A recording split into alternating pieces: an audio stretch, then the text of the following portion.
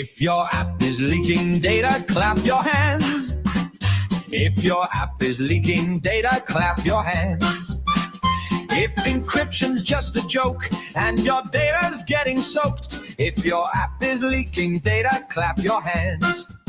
If your location's out for free, stomp your feet. Stomp, stomp. If your location's out for free, stomp your feet. Stomp, stomp. If a stranger knows your place and can track you every day, if your location's out for free, stomp your feet.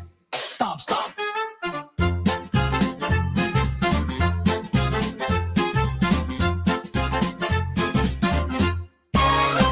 If the owner hides the links, wave goodbye. Wave, wave. If the owner hides the links, wave goodbye. Wave, wave. If they play the shell game right, so the leaks stay out of sight. If the owner hides the links, wave goodbye. Wave, wave. If your data's on the dark web, scream, oh no, oh no. If your data's on the dark web, scream, oh no, oh no. If the breach is never small and they never patch it all, if your data's on the dark web, scream, oh no, oh no.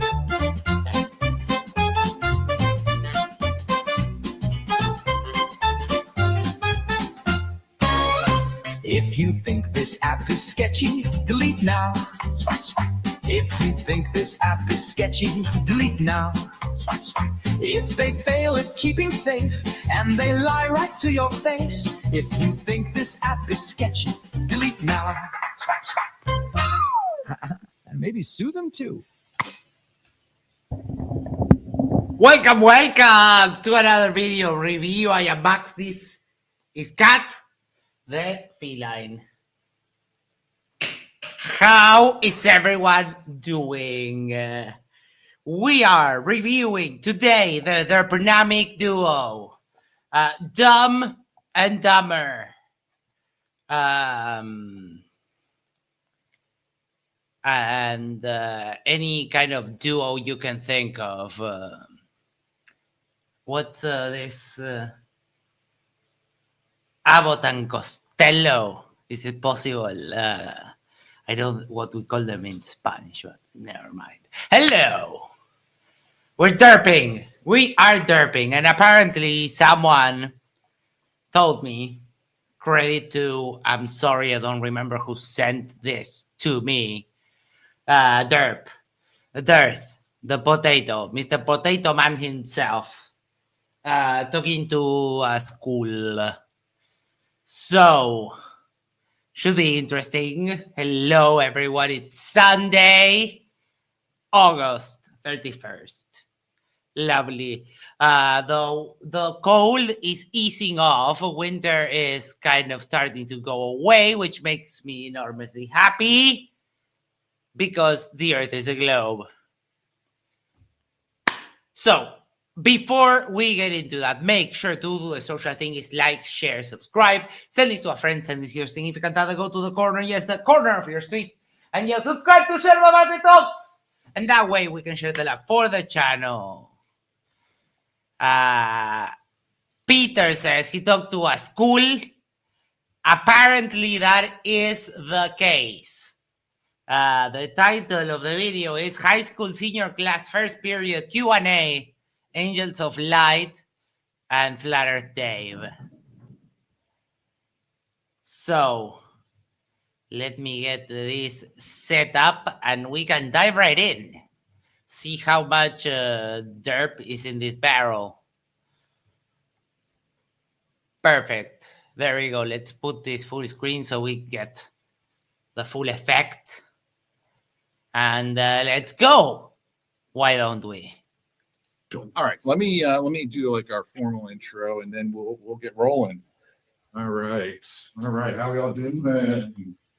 So we do have very special guests with us today, and very special. So you can see that. Okay.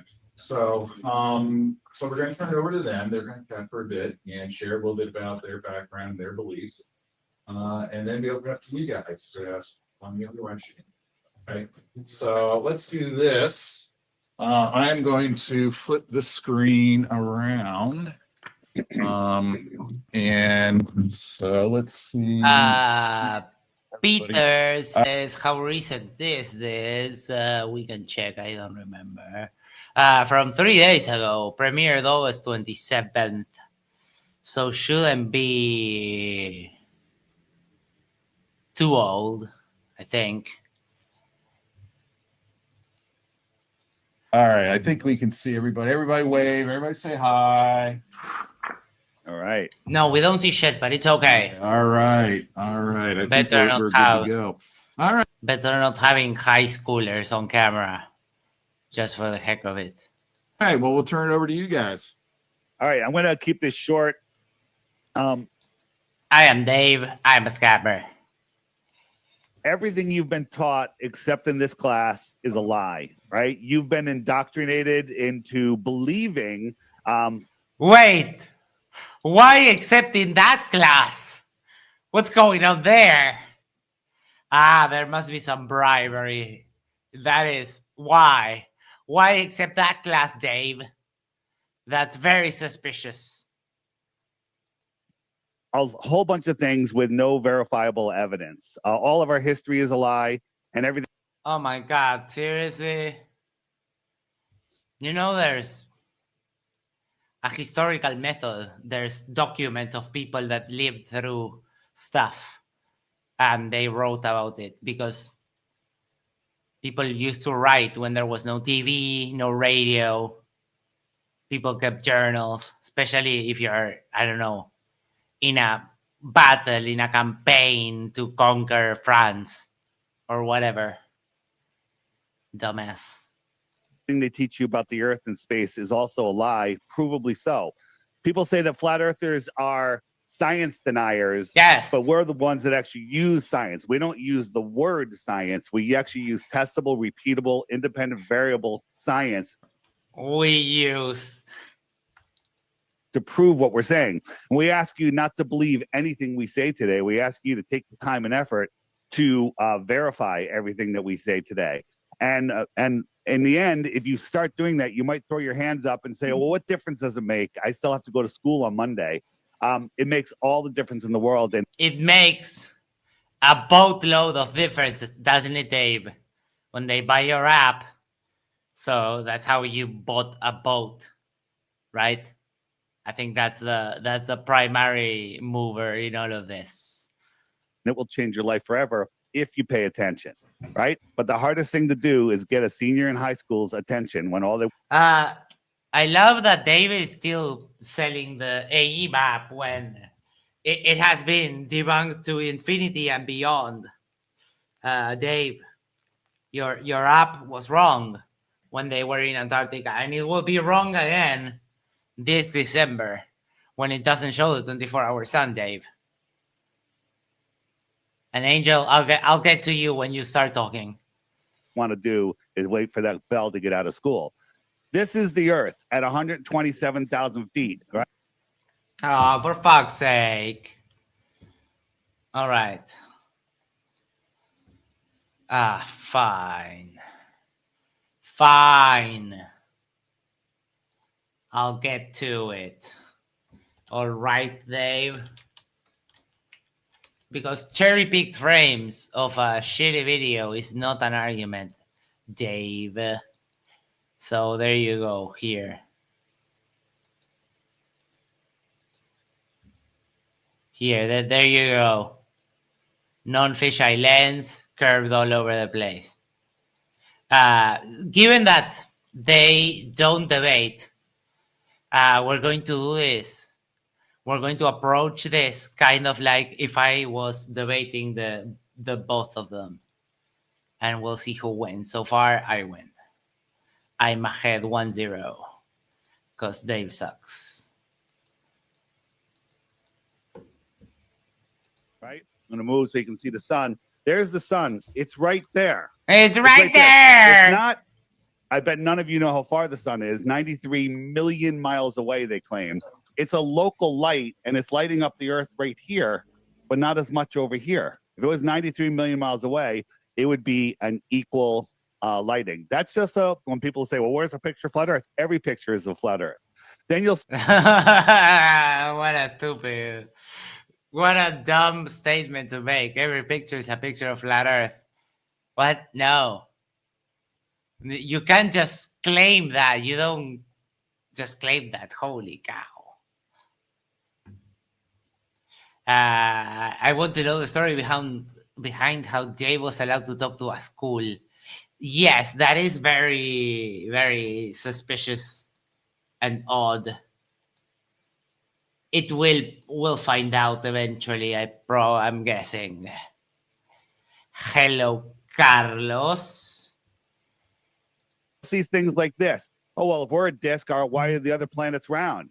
Well, the planets you're being lied to about planets. Oh my God. No, they're not. No, Dave. This is very easy. Dave, no. Hold on. Let me pull up. There we go. Looking. Give me just a second, peeps. Perfect. All right. So check this out. This is from Astronomy Live. You're gonna tell me that's fake. That's Jupiter, and to the left there's a little dot here. That's a moon. So what are we talking about here? Saturn.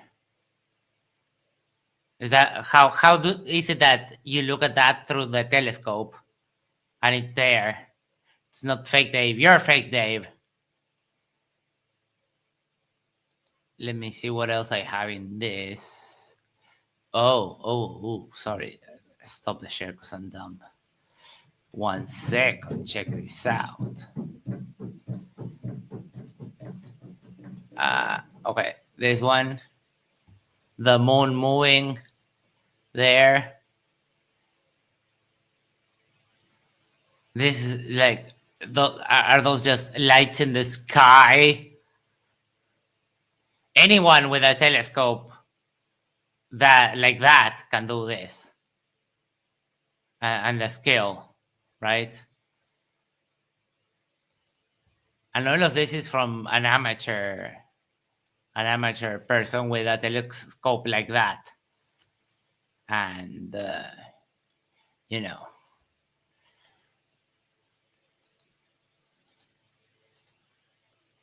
Oh my God, Dave. Hello. Apparently, it's this pair of dummies speaking to a school. Hopefully, they let the kids, and we'll see how they stack. NASA and Disney tell you they are, because no one else tells you anything about them except NASA and Disney. They're lights in the sky. You don't live on a light, and you don't live in the sky. You live on the Earth. You'll see memes like this. This is a false dichotomy, a false flat Earth in a false space universe, right, where we do not live. Real quick, water requires a container, and when at rest... What? Real quick, water requires a container, and when at rest lies flat. Here's a flat hallway with these lights reflecting on the floor, and here is some flat water with the sun. Oh my God, I told this to Nathan Thompson. Look at pictures of chrome balls, and they give off a perfect reflection. Now, imagine that is so gigantic. It will give you, there's no reason why this would be any different. The image below, that would be any different on the globe. You're just a filthy liar. Reflecting on the water. If the water was curved, you would see the light turn into a pinpoint like that. But Dave, it's not to scale, Dave. Holy cow. Right? But we don't experience curvature. Now, what you might be thinking is, well, the Earth is so big, we're just a microbe on a basketball and it looks flat. Sure, microbe on a basketball might appear to be flat, but the Earth is if the Earth is a ball, it has curvature. All balls have curvature. This ball has curvature, provably so, to the point where you can't see my mouth right now because it's behind curvature. If you zoomed in with a telescope, you still couldn't see my mouth because it's behind something physical, right? The Earth is required to have curvature, and we've tested it. Duh. And no, number one. No, you haven't tested anything, you derpling, you filthy liar.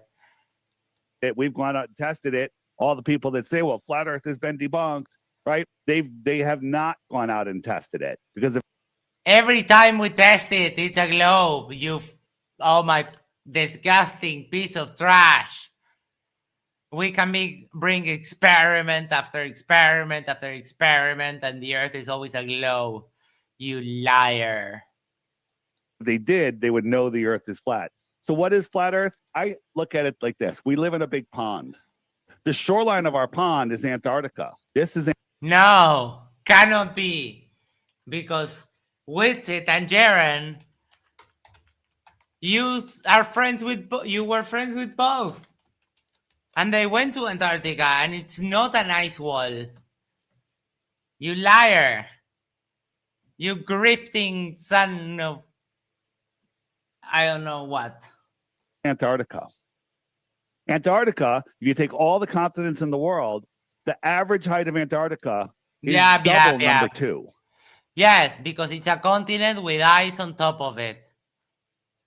Years and years of ice and ice and ice stacked on top of each other.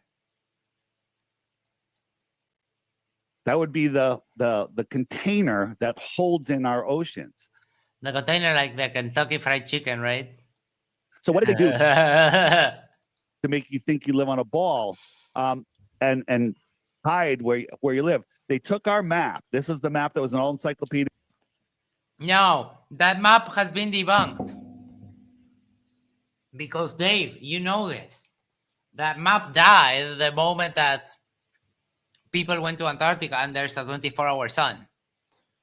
That kind of killed that map. And the flat Earth, coincidentally. So no, Dave, you're wrong again, as usual. Is school books, everything until the 1950s. They took it out, they cut it out, and they wrapped it around a sphere. And they said, you can't go to this white part. No, he really said that. But you can go. You just need money.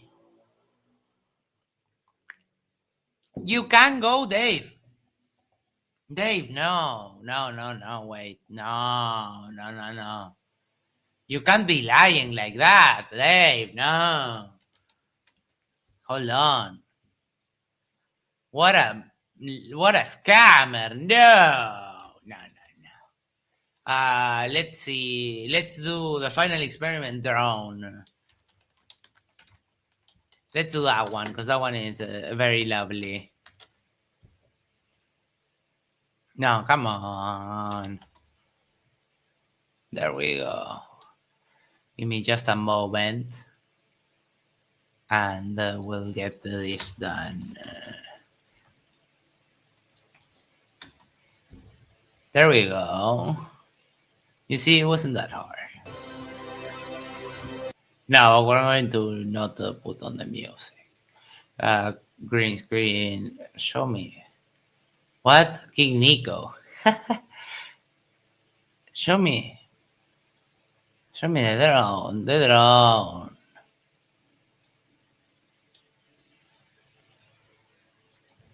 Hello. Oh my God, look at that. Dave. You see that you can go. You see, and the best thing is that Whitted and Jaren can testify to the authenticity of this footage. So I win, Dave. I win 3-0. Right? You were moderator on a debate, Dave, where the Whitted debated Dustin on the topic of if this was real. So, I mean, you know it's real. Why are you saying this derp 3 days ago? It's almost like you're just grifting, right? Buenas noches. Hello. What's it will say it's CGI. No, but he was there. Come on. He can't. Yes. I mean, he can't be like that. Sorry, he can't be like that, can he? This is off limits because of penguins, right? And ice, right? You live here. Excuse me. So they've limited your ability to think by cutting you off and not letting. Why? Let's say it is cut off. How is it not going to Antarctica in particular, cutting off your ability to anything except going to Antarctica? This is not even in a debate sense, it's not even a good argument because it's just ridiculous. You know where you live. They want you to believe that you are living here. This is the sun. We're spinning at 1,000 miles an hour. You can't fathom that speed. We're orbiting at 66,000 miles an hour, and we're. Yeah, big numbers. You say 1,000 miles an hour, but it's still one turn per day, so it's not that much.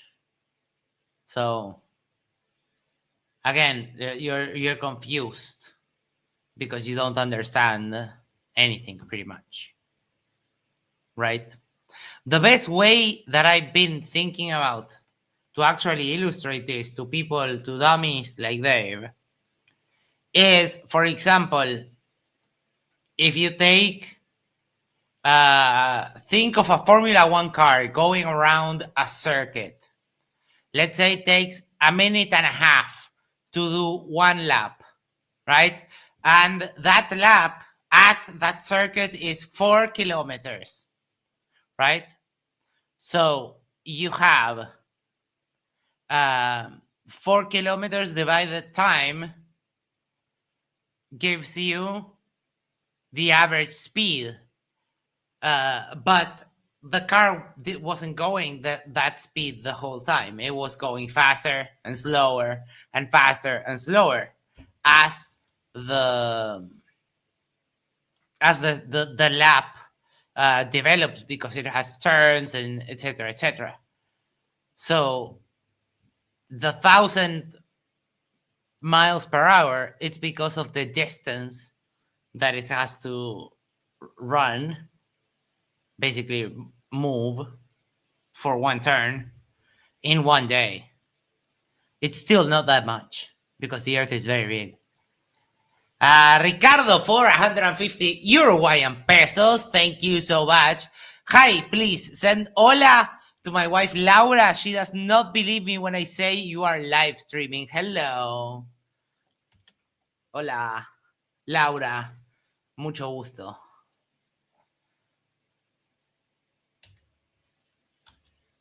I hope that's enough. Laura, he's not cheating. Laura no está. That's a very nice song. You are welcome, Ricardo says thank you. Chasing the sun at 500,000 miles an hour, traveling 4.5 billion miles every year, never to return to where we were before. But for some reason, all the stars in the sky stay in the same constant. Yeah, because Calder also says, hola, Laura. Or maybe even better says, hola, Laura. No, it's his wife. Calm down. Calder. No. No more. You behave. What was I saying? Oh, yes, dearth. When you factor all of that into account, the problem is that the distance between us and there is so much more gigantic. Ricardo says, do I need to pay extra for the he's not cheating part? But I did say he's not cheating. He's watching me. Laura, calmate. Por favor. I'm doing a show here. Laura, please. Constellations, they're in the same place. Go out tonight, take a picture. Next year, same night, same time. Take a picture of the sky, and every single star will be in the same place. No, Derek, no. We have records of the stars moving, and everyone has seen that. So I'm going to save the sharing of that, and I'm going to just mark myself another win. So the score right now is 4-0, but I haven't. We have a counter here, so we can fix this. We can fix this very quickly. Score 0 for the Earth on the one side, Max on the other side. Oh, we have an Isa. Hello, Isa. If you want to come on, come on.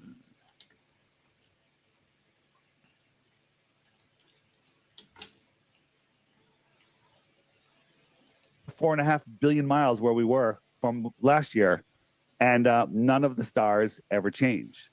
So they do. They do. They change. Everyone knows that they change. I'm not even going to go hard into the debunk because literally we all know how there's measurements of stars changing in the south, in the north, in the everywhere, and they change exactly how much is predicted. Go on and on. Angel, why don't you throw in 2 seconds, and then we're going to take your questions. What we would like from you, Angel, is your best proof that you live on a globe. Because if we live on a globe, it's 2025. You should be able to have one piece of evidence. Angel, we have all the evidence. You snake, you fucking degenerate liar. I don't typically go for the degenerate because I think it's a compliment, but. Yes, you are a trash bag. Go. Yeah, so our position is that we live on a level topographical plane. We are physically enclosed. That's how we're breathing air. The globe violates many, many different natural laws. And no, they don't. No, it doesn't.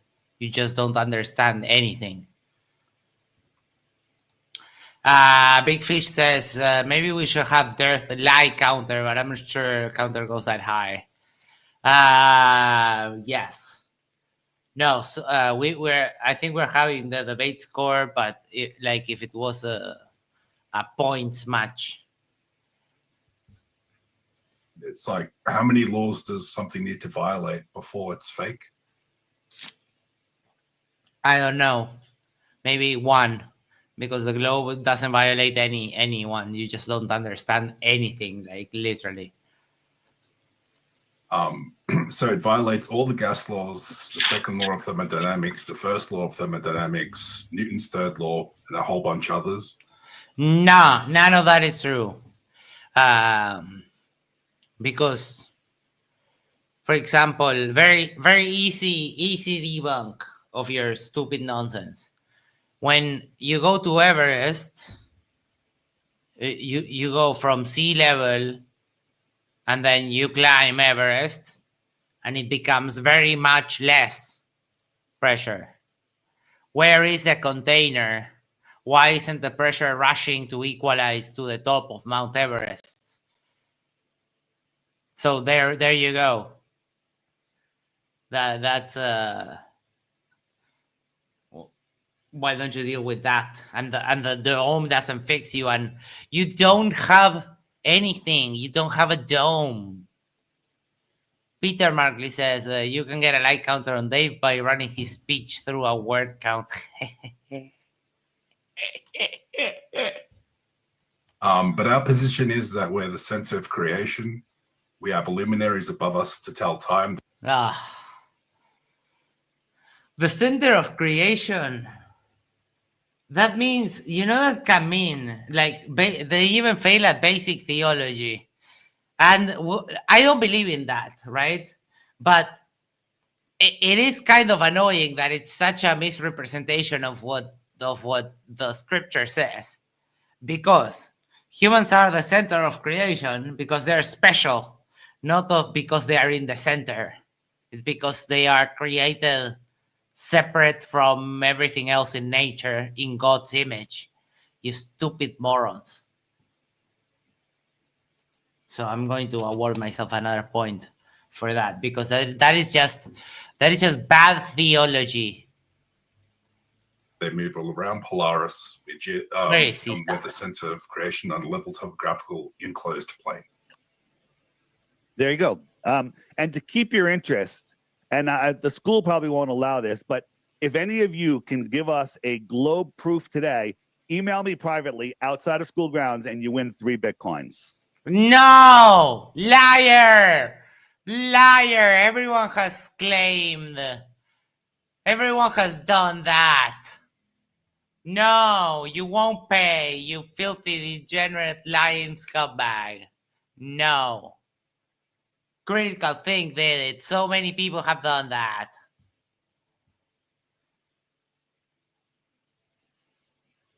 Dude, right, Peter? I swear to cow that even as a non-believer, it's annoying that someone can get it so wrong.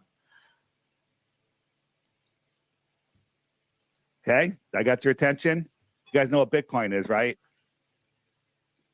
So here we go. Teacher, can we go to some questions? Oh, Yes, let's go to some questions. Let's go. Let's go, the kids. I have faith. Go for it. What about the time? Time? Tide. Oh, the tides. So we're told that the tides have to do with the moon. But if we go to tide, if you look at tides, when there is a new moon, a new moon is when the sun and the moon are close to each other. We don't see the moon, but it's still there. Davey Pooh. Why don't you predict the tides for next week with flat Earth math? I'll wait, because I can go on my phone right now and get all the tides for the next week on the globe. There's surfing websites. They're used by people every day on the globe, right? So why don't you show me the math? Sorry, I drank Pepsi and it was a little bit gaseous. Show me the math. Aldebaran says, Dave, an adult, asked teenagers to contact him out of school. I wasn't fix of, oh my. It did kind of slip by me too. Dave, that's a little bit creepy. Don't ask teenagers to email you. That's how people end up with Chris Hansen and other people like you that we know. No, Dave, no. Bad, Dave. Back, put that in your... No, Dave. Ooh, that is bad. During a full moon, I'm trying to pull up a graphic as we speak. During a full moon, we have a high tide, right? So here we have the Earth is here, and no, is that the Earth? That's the moon. I'm sorry. There's the moon, and we have a high tide here. And there's also another high tide on the other side of the world because they're 6 hours apart. 6, 6, 6, and 6 is 24 hours. So why is it when we have a full moon? Because you know that the sun pulls too, right? And also there's inertia and those kind of things. A way, I think, and everyone's going to hate me for this, but I think Neil deGrasse Tyson, high priest of all of science, all praise, all hail Neil deGrasse Tyson. The thing is that bulge of the tide is kind of always there, and the Earth is spinning inside of it.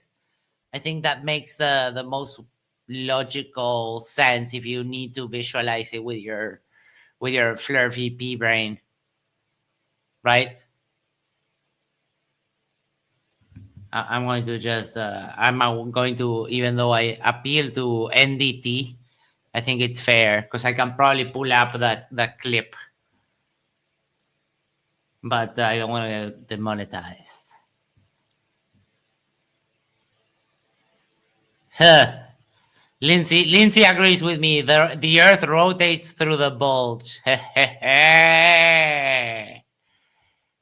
That we have higher high tides than when there's a new moon, because when we have a new moon, the sun and the moon are both on the same side of the Earth,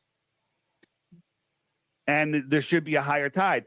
And let me give you your official school-taught explanation on why there's a high tide over here.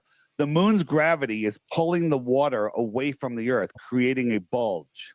And at the same time, it's pulling the Earth away from the water on the other side, creating another bulge. And the reason that you're scratching your head is because that's a ridiculous statement, but that's what they want you. You are a ridiculous statement, Dave. You to believe. And my theme is, you're not stupid.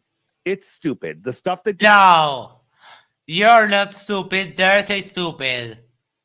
And I think you can buy that T-shirt on DPD Bank's store.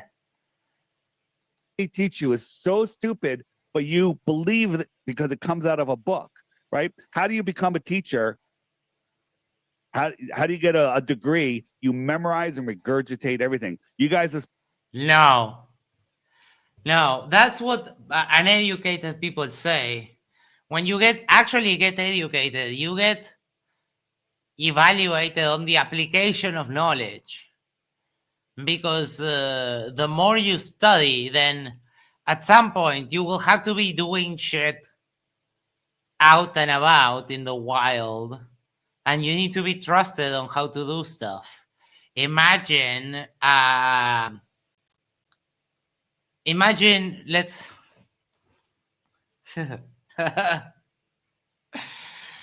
imagine Dave Wise as a character in CSI Miami. Everything is fake. No, that's not. You can't get DNA from that clear saliva stain there in the counter, and that kind of a thing. Dave, science doesn't work how you say, Dave. No, it doesn't. It doesn't. It doesn't. He just threw shade at the teacher who allowed him to be here. Well, he started by saying that everything they were taught in school was a lie, except in this class. So I think there is some bribery going on with the teacher, but Dave is showing his true colors. spent 15 years in school, and what are you going to get? You're going to get a piece of paper that qualifies you to what? It qualifies you to take out a loan and go into debt and go to college for 4 years. To learn. Yes, to learn. I like this. Equinox Shadow says, there's Cameron Davis' critical thing. The misinformation like lies spewing snake oil scum needs to pay up. Yes. Everyone should sue him to oblivion. Fucking Dave, you need to pay. Right? That's it. You're not prepared for anything else, and you think you live on a ball spinning through an endless space vacuum. Want to add on to that, Angels? Yeah, so there's also things called tidal nodes where there's no tides on the Earth in certain areas. Yep. Which makes no sense. If the sun and moon are pulling. Why wouldn't it make sense? You know that it also has to do with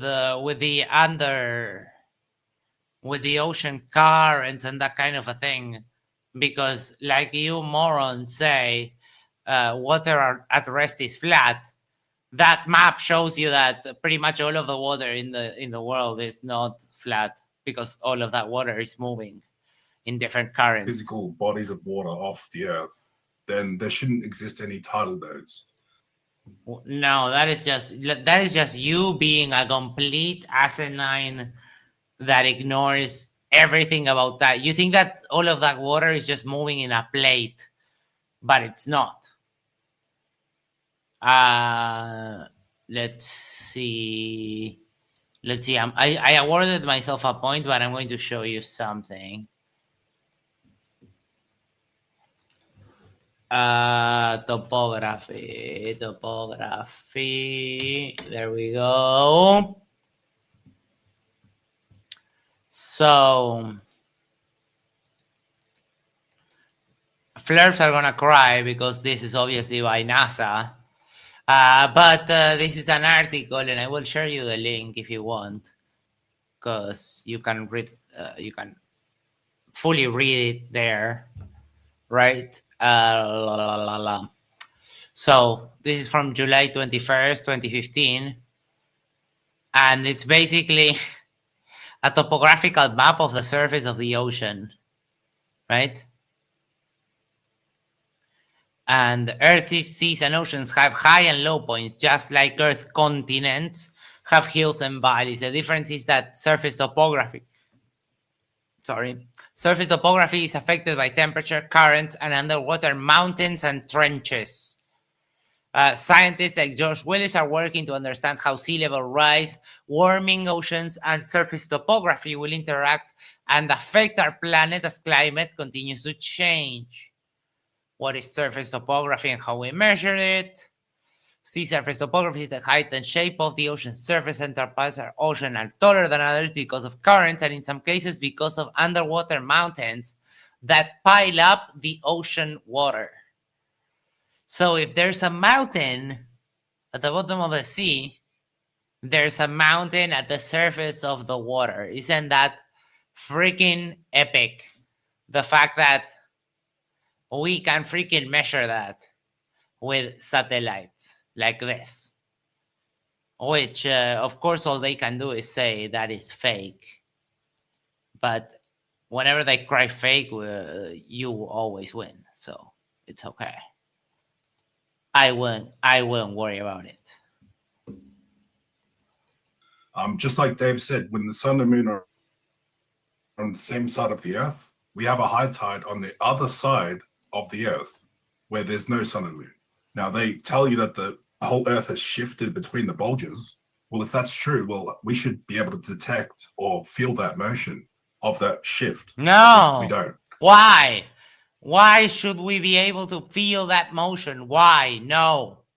You don't feel when you're going in your car at 120 kilometers per hour. You don't feel that. We are moving with the Earth, so why? You don't feel when the train. I know. Angel.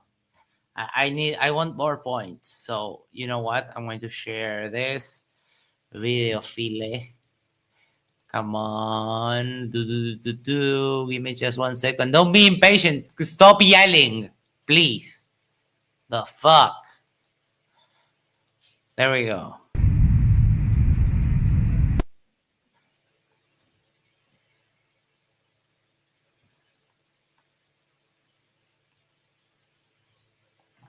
Oh my God.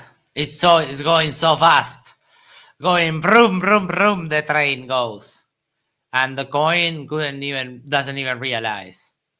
And let's see how fast we're going. Let's see. Speed 346 kilometers per hour in a train. And no one feels a thing. Dirt. You lying scumbag. Dirt. And your little pupil, Angel. And also, large bodies of water, such as lakes, don't have tides. So anything connected to the ocean has tides. Other bodies of water don't.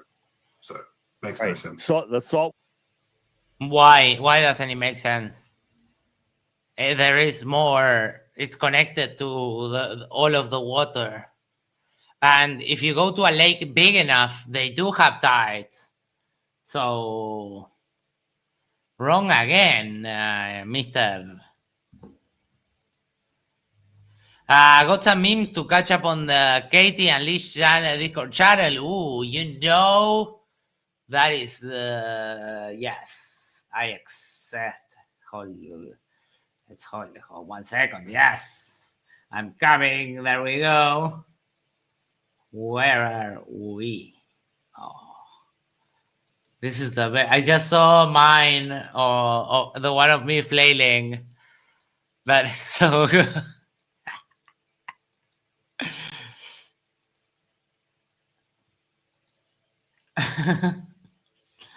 Me flailing, that is so cool.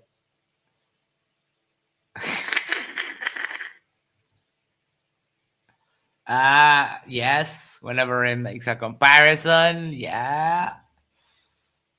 We saw that one. Yamaha, Mr. Yamaha. Yes, Yamaha's son. Wait, why are I don't get the penguins? And this for some reason it put for with a double R, but you people can't roll your R's. No, wait. Yeah. It says at the top, hey kids, email me after class, I'll give you a Bitcoin. And then stranger danger, say no to strangers. Never go with strangers, never. But oh my, this is the look. That is just epic.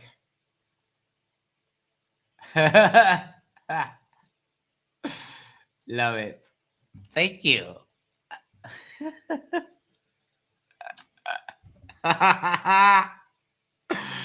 Oh my God, Dave, you should know better. You skipped. What did I skip? I didn't get the penguin ones for some reason.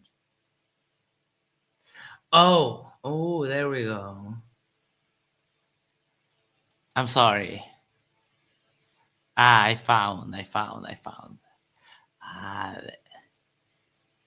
Yes. The potato people. I got this one now. Dirt is off this is off limits because penguins. Yes, where with guns? Where's the guns? Penguins and Nathan. Now I got it.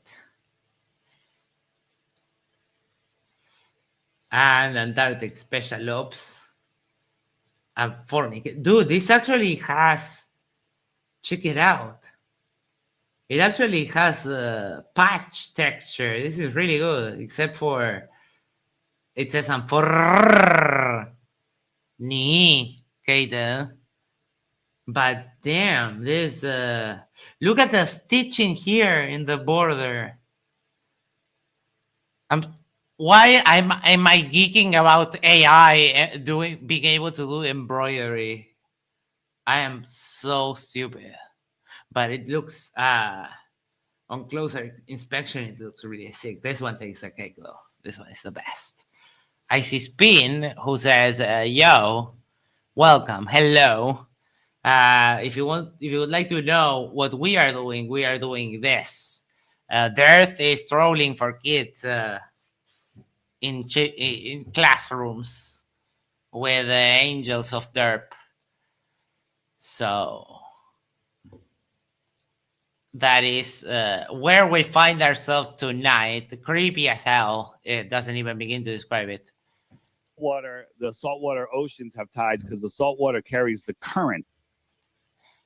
I tried putting the prompt in. They don't like my channel name. No wonder. But I don't know. I did geek out about the actual look of embroidery that was sick. Sika says, hello, bro. I humbly salute and welcome you humbly in the humblest of humbleness ways. We live in a big electrical system. The sun and the moon are the anode and cathode of the system. The land is the salt bridge, and the salt water carries the current. We live in a giant free energy battery. Oh my God, that is so derpy. Free energy battery. No. I don't know where this Dave probably got it from Witted, but we're going to demystify that very quickly because I want more points. I want more points because I think I don't have enough points. So here we go. Feynman. There we go. Feynman. Do. Feynman. Boom.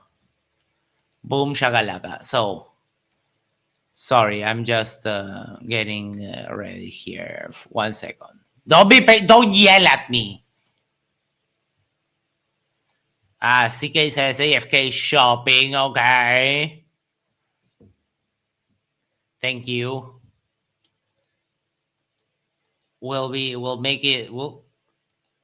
I'll make sure to make it extremely awkward when you go to pay at the cashiers.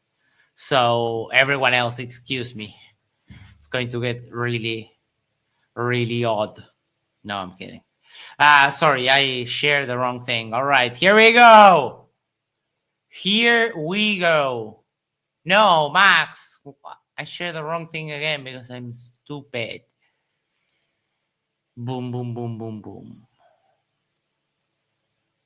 The Feynman lectures. There you go. Yes. Okay. So, this is what they are actually. What they are referring to, and even Whitted had this as part of his slides, and basically describes the ground and how there are 100 volts per meter of electricity in the atmosphere, right? So the fact that this exists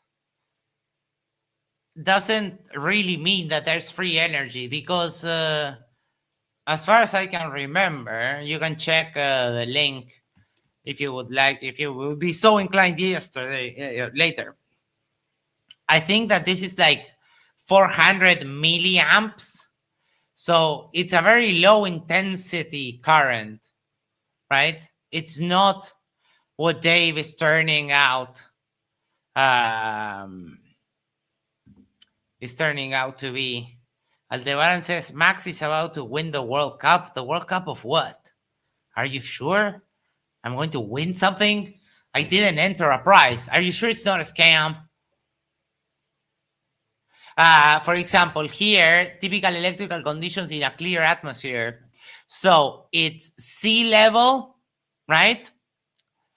Up to 50,000 meters where it starts because the air is not really a good conductor. Where there's less air, there's more conductivity. But here we have the current is 1 × 10⁻⁻12 amps per meter squared. That is a tiny, tiny, tiny, tiny, tiny, tiny, tiny charge. Very tiny. So no, Dave, there is not a free electricity machine in the atmosphere. And then also, if you're going to cite this shit, let me remind you that this other paper exists by the same guy, the guy that you are citing for this shit, which is Feynman's theory on gravitation. And with that, I will give myself 2 points because I won on 2 topics. That is gravity and debunking your stupidity on this electricity in the atmosphere. Okay? Shut up, Dave. I'm the judge. Mostly because you're not here and this is just me speaking to myself. Ricardo says, with it, stock fastens a lot of important sounding words. He must be right. With it is a little bitch. And he still hasn't accepted my debate to this day. Aldebaran said, is your score over Dave, nice football score. Oh, yes. Thank you. I'm sorry. I don't default to football metaphors, contrary to what most people do in my country. Wait. Choo-choo is a name I remember now. I think it's this is probably not for me. Never mind. System. These are the tidal nodes he's talking about, the high tides and low tides spinning around an area of no tide. So tides actually disprove the gravitational globe theory. No, they don't. Next. Yeah. What do you think they're hiding in Antarctica? Go ahead, Angel. You can Would you- say first. One kid asked, what do you think they're hiding in Antarctica? Well, it could be things like extra lands. There could be anything there. There could be. If there are extra lands, that means that the container doesn't end at Antarctica. That means that the container goes way beyond. So if the container goes way beyond, how is it that you had the dome refraction as an excuse for the 24-hour sun in the south, you filthy lying piece of trash? And because you don't have an answer and you just flat out lie and invent whatever the fuck, and one position doesn't make sense with the rest of your positions, I'm going to give myself another point. Real Signal says, yo, hello. The airway breathing requires containment. I mean, we could have a container touching down past Antarctica, but at the end of the day, we don't know. We're not allowed to go there. There's the Yeah, there are people allowed to go there. I showed it. Article 6, you can read it. The Antarctic Treaty says nothing about not being able to go to Antarctica, you filthy liar. I'm sorry, I've been drinking mate all day. I will let this play for a little bit, go to the toilet, and I'll be right back. It states that you can't go independently beyond the 60th south parallel. So they've basically drawn a line around the Earth and said you can't cross this line independently. So even if I'm in Australia, I'm pretty close to Antarctica. But even if I had my own plane, I can't just go there and explore. I would get turned around if I don't turn myself around, they'll start shooting. Right. You'll be arrested, shot down, put in jail. So what's funny is, with all the conflicts in the world, all the countries in the world, they all agree that nobody can go past 60 degrees south, which we'll just say is this purple line here. And no one is allowed to independently explore there. There's a treaty that goes until 2040, the Antarctic Treaty. Is that the date, 2040? I think it is. 2040. And it can't even be questioned. It's the longest standing treaty in the world, and all of the governments in the world support it. So what is going on there? This is because if we were able to explore freely the North Pole or the southern areas, we would know that we don't live on a ball. But when you say, what are they hiding? This is pure speculation, and we don't need to speculate what's above us or beyond where we're allowed to go. But my speculation is, and I have no proof of this. There's lots of evidence, but no proof.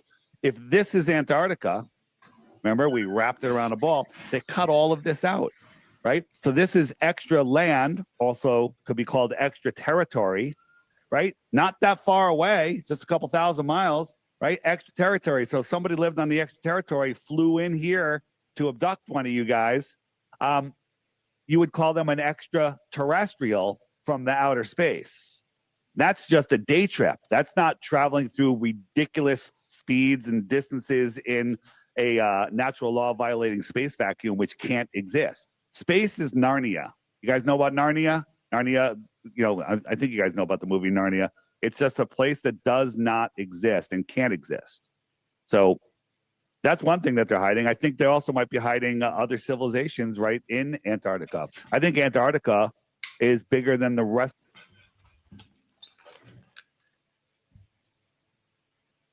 Oh my God, no. Dearth Of the world. seriously had this on screen. You have to be shitting me. How do they know if you say that you can't go? And I also heard him mention the Antarctic Treaty. There's also a treaty about space where space is meant only to be kept for peaceful purposes, right, Dave? So we know that the governments of the world, despite being at war sometimes, uphold some of these other things, because why would you want that involved in the war?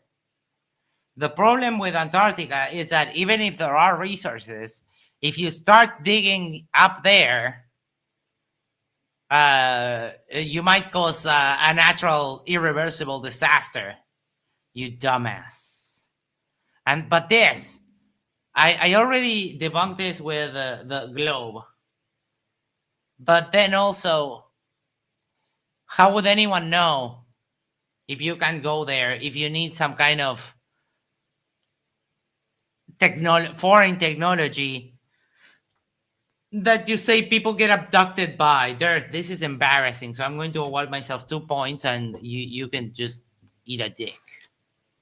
I think you guys know about the movie Narnia. It's just a place that does not exist and You can't don't exist. exist. So that's one thing that they're hiding. I think they also might be hiding other civilizations right in Antarctica. I think Antarctica is bigger than the rest of the world combined that we know. How do you know, moron? You don't. Yeah, and extra resources too. They're making you think that you're scarce, right, on this ball when there could be unlimited resources. Right. They also want Even if they are, oh my God, unlimited resources with, number one, with Antarctica being so far away, it would still have a very high cost to ship back and from Antarctica. Okay? Plane shipping is way more expensive than cargo freight through oceans. That's how most of the cargo is moved worldwide.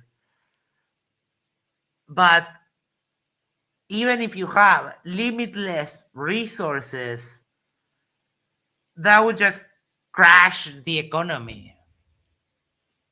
It's not about the resources, it's about the distribution of it. But none of you know anything about world economics. Holy shit. Ricardo says, oh man, it's painful to listen to so much BS. Indeed. I want you to believe that there's 8 billion people on Earth. When if you actually do compile all the numbers of the biggest cities, like in China and everywhere, there's like 5 billion. Oh my fucking God. He's saying there's not 8 billion people. He's so dumb. So dumb. Because he did the math. He checked the numbers, guys. Everyone, listen. Dave says there's not 8 billion people. So it's okay. Billion people missing, right? There's only 2 to 3 billion people on Earth. And they want you to. He's denying that 60% of the world population exists just because he doesn't feel like they should exist. Action replay. Of the biggest cities, like in China and everywhere, there's like 5 billion people missing, right? There's only 2 to 3 billion people on Earth. And they want you to believe that we're overpopulated. If any of you... Oh my God, no! Holy cow! He just denies that 5 million people are there. That is... How the hell do you know that, Dave? Kiwi SI1 says, the dumbest thing then a flat earther is a flat earther in the southern hemisphere. That is true. That is quite baffling to me. Peter says, Dave thinks 0 people live in rural areas. That is true. But dude, more than, like, let's say, because it's more than 50%, right? There's 8 billion people. If he would have said 4, there's a 50% chance he's wrong. Right? 50-50. Or he will be wrong in 1 out of 2. But this is 60% of the world population. Holy cow. This is worse than Thanos. At least Thanos killed 50%. Dave just got rid of way too many people. Flown across America. There's nothing there. There's nothing. It's empty. It's just corn. I went down my airplane and there was nothing there. There was nothing. Just corn, a cow or two. There was nothing there. Oh my God. Dave, you took a couple of Valiums and you slept the whole way. Why are you lying? Soy and McDonald's and Motel 6. Dave, McDonald's and Motel 6 are businesses. That means that if they're there and they're still there, like they look like busy and they work every day, that means there's people. You know, those people that you say that that are not there. They have to be, because even though you didn't see them, that's the way McDonald's gets to keep the doors open. That's how capitalism works, baby. That's America. You know that I actually have to say it now that it came up. Hold on. Hold on. Hold it. Hold it there. No, shoot. Hold it there. Dave, that's America! Hell yeah! You just got destroyed by the red, white, and blue. So, because of such patrioticness, that is me. Because that's how great America is. It is so great to let Dave derp out, but then also deals with the derp by debunking it, America itself. So good job, the US. Pretty cool. Next. Next question, sir. Abdi. So why don't you believe in gravity? Well, Why don't you believe in gravity? Great question, random high schooler. Good job. do you start? Yeah. So first of all, we don't like. It's like me asking you, well, why don't you believe in my unicorn? First, I'd need to prove the unicorn exists. But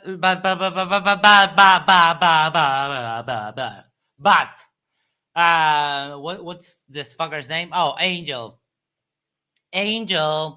Angelito. Listen, Angelito, listen. Shut the fuck up. The fact that you don't believe in gravity, who the fuck cares? Because it's been measured, it's been proven, it works. We have satellites, we have submarines that navigate based on gravity. PhD Tony finds riches, diamonds, and whatever, or who knows what, probably oil, but he can find stuff below the ground with a satellite. So the shit works, right? So you can cry all you want, but this argument has been settled. I will award myself 1 point, and we'll just hear you spurg out. All right? All right. Yes. Well, gravity's never actually been isolated or directly manipulated or proven. We know why things fall down. We know why a helium balloon floats. It's not an anti-gravity device. It's just less dense than air. No, that is not, because density doesn't have a vector. There is no reason why it prefers why things sort down usually and then helium goes up. There is literally, density doesn't answer that question. It answers the question when you add gravity to it, because that's how we sort. It doesn't otherwise, right? And then if you're going to talk buoyancy has gravity all over the formula, so suck it. Ricardo says, I believe in gravity. I experience this every time my wife wants to rearrange the furniture. Laura, leave Ricardo alone. Rock is more dense today. We have an electrostatic gradient discharging to the Earth constantly, creating a small down. We went through this. In 50,000 meters, it was 1 by 10 to the negative 12. So it's a minuscule charge. You wouldn't even get it wouldn't even make your skin red. So it's not powerful at all. He who shall not be named, the way before, in a time before time, before had done the math, and it took if you did the math for gravity being electrostatics and using the numbers on that Feynman lecture that I showed you earlier, it would take a cubic meter of lead 400 years to move 1 kilometer. So it doesn't even work. The net force of the field of the atmosphere is not nearly enough to be gravity, because it would just kill us. It would be, imagine that you complete a circuit between the atmosphere and the ground and you get constant shocks. That wouldn't work. It would just kill all life. These people are morons. Bias, and then the force of density supersedes that.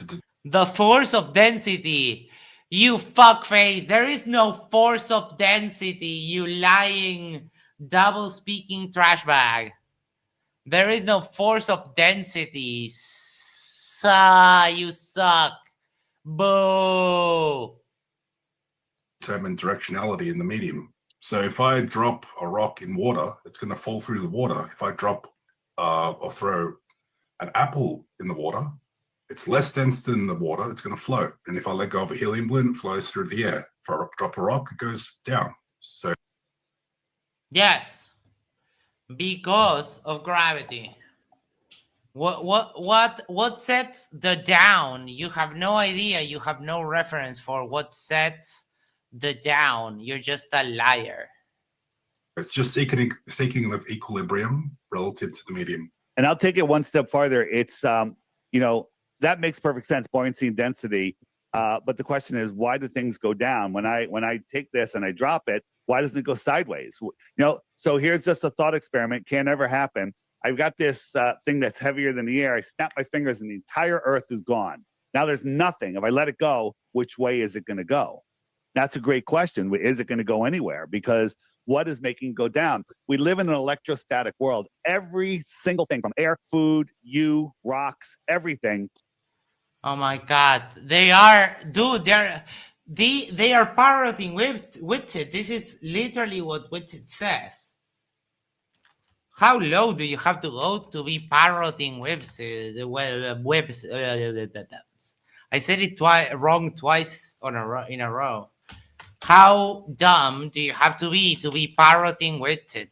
Holy shit. No, this is... When you say that everything is intrinsically electrostatics, bro, what you're saying is that you accept atomic theory. And if you accept atomic theory, then why are you rejecting the law of universal gravitation? It doesn't make sense. You're cherry-picking science because Whitted told you some word salad that you have no idea what actually means. And Whitted is wrong, and you are even wronger because you're repeating it. Plants have an electrostatic charge. The Earth has a negative charge to it, testable, measurable, scientifically provable, and the sky has a positive charge. And, without getting into how you need a positive and a negative and everything, there is a flow of energy down into the Earth. So here we have some leftover helium balloons from a party, and I got this button, and it's just neutrally buoyant about 2 inches off the floor. Now that's because you're adding a charge. That's because you have a generator and you're adding a charge. But Whitted would also used to talk a lot about his Van de Graaff generator and how he made a little piece of styrofoam float. But it was like a little piece of styrofoam of less than a gram, and it needed a 20,000 volt Van de Graaff generator. Like, okay, I'll be impressed the day that you can float me a bus with something like that. It doesn't exist. Wire goes to a thing called a Van de Graaff generator, and we're going to increase the charge, the natural charge of this button by adding more positive charge. And when we do, it goes down. Now, did we just change gravity, or did we just change the electrostatic charge? We discharge it. You added one force that is stronger, but it doesn't act that as far as gravity does. So yeah, electrostatics, and also it discharges the moment that you turn that shit off. It discharges and everything goes back to normal. You doofus piece of shit. Ricardo sends the icon of Whitted Humbly Bro, one of my favorite.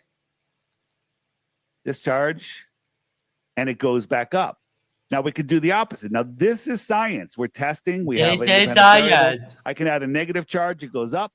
I turn it off. It goes down. Right. Turn it back on. It goes up. Now MIT has a thing called the silent drone. Right. We actually have aircraft that the military uses. This triangular aircraft that uses the same technology. How do you know that the military has anything to Earth?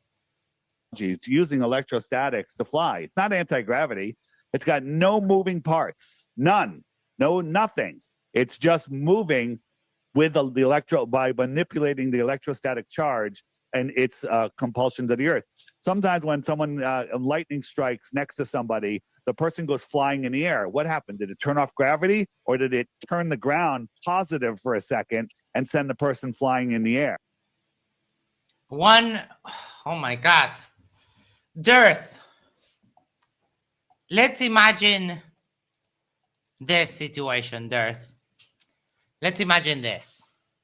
You have someone, a very strong man, a bodybuilder, very strong, huge muscles, is holding a table like this, right? He's holding the table. And now someone weighing 60 kilograms sits on the table. The guy just there, unfazed. No problem. Now, we bring another really big guy, another strong guy, stronger than the first one. And now that guy puts his hands on the table and just pushes down like, ugh. He's stronger than the first guy, so the guy can't hold it anymore. The table goes back to being on the floor. Dave, it doesn't matter that you have a strong force in one way if you come and you apply a bigger force. Now, when the second guy, we tell him, like, okay, let go. The first guy goes back to his position and everything goes back to normal. That is kind of what's happening with the electrostatics. But the dead giveaway is that in your little examples, as soon as you turn the shit off, the effect is gone because gravity doesn't turn off. Dumbass. Oh, shoot. There we go. Gravity is absolute. It's just a made up theory, and the theory of gravity is 96% wrong. So they said, our gravity is 96% wrong. Let's make. Oh, for fuck's sake. Oh my God. Okay. It's not that it's 90% wrong. It's that when we're talking about the scale of the universe and the scale of galaxies and galaxy clusters and stuff, the math would dictate that there is something that we have dubbed dark matter, which is coincidentally exerting something that we are calling dark energy because of the expansion that we see of the universe. But it has nothing to do with the local gravity and how things work at the level of the us on Earth, you filthy slime scumbag. So I gave myself another point. Pick up 96%. It must be dark matter and dark energy. No one's ever seen it. No one's ever measured it, but Dude, it is a little bit disturbing that I can hear the first 2 words of his argument and I know exactly what he's going to say. Why? How? it has to be there. Otherwise, our theory is wrong. So if you had a theory for your teacher and he goes, well, it's 96% wrong. You can't say, well, I got dark whatever to complete my theory. It doesn't work that way. And here's a little proof of electrostatics causing things to move. We're sending a drone up, and we have a very thin copper wire on it. So I'm just going to fast forward a little bit here. So the drone goes up, and higher up you get, the more charge there is. And so we have one connected to the ground and one connected to the wire, and we got this just hanging little piece of metal in between, and when it touches, it discharges, and it's going back and forth. It's being pulled sideways. The charge keeps changing back and forth. It's called a Franklin bell. So just imagine that vertically. The ground is a negative charge, and everything is being pulled down. And that the electrostatic charge, without That has nothing to do with this demonstration whatsoever. melting your brains here, Kiwi SI1 says, guy got hit twice from lightning, still got up. Cool video, didn't go flying. science admits electrostatic charge is real. Okay. Yeah. Science also admits that the same science that told you about electrostatics and electromagnetism and that kind of stuff is the same science that tells you that gravity is real. You don't get to choose. Dumbass. They also admit that gravity is just a theory. No, that is you going back to being a complete moron asshat because you're using the colloquial definition of theory when we're using the scientific definition of theory. Everyone knows that. And for that, just for that, you get 2 points again, so it's 20. Because fuck you. And like Aldebaran says, science also says the world is an oblate sphere. Yeah. All right. Okay. Their go-to all big G is just a theory, but electrostatics is real. They also say that electrostatics is 10 to the 36 power. That's 10 with 36. Yes, stronger, but also it decays way, like it goes not as far. It doesn't go as far. You lying Dave. Heroes stronger than gravity. So let's just pretend gravity was real. How could it ever overpower something 10 to the 36, right? Because it also discharges. You have no idea how electricity or any or electromagnetism or even like normal electric currents work. Earth. You're such a desperate little derpling. 10 to the 15th or 12th is a trillion, right? You got to go all the way up to 36. A trillion, you can't fathom what a trillion is. Does anyone want to guess how long 1 trillion seconds is? Can anyone guess 1 trillion seconds? How long? If you guess it within 2 weeks, you win $50. Go.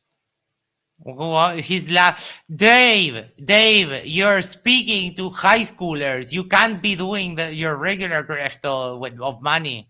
You're enticing children. I mean, isn't the SPI supposed to kind of, be in charge of this shit? Just yell out numbers. 10 billion years. 10 billion years? That's a little far-fetched. It's 31,000 years. So 1 trillion seconds is 31,000 years. Think how big that number is. That's 12 zeros, right? Is that 12 zeros? Correct me. And you got to get to 36 zeros. So basically, they're telling you that in the age of the universe, that's a blink of an eye. Gravity is nothing next to electrostatics. Electrostatics provable, gravity a theory. Next question. I mean, yeah, I beat you on all of that. So next question. I'd just like to add, just real quick, just at the end of that, they want you to believe that things formed into spheres in space because of. Because they do, and we can see them.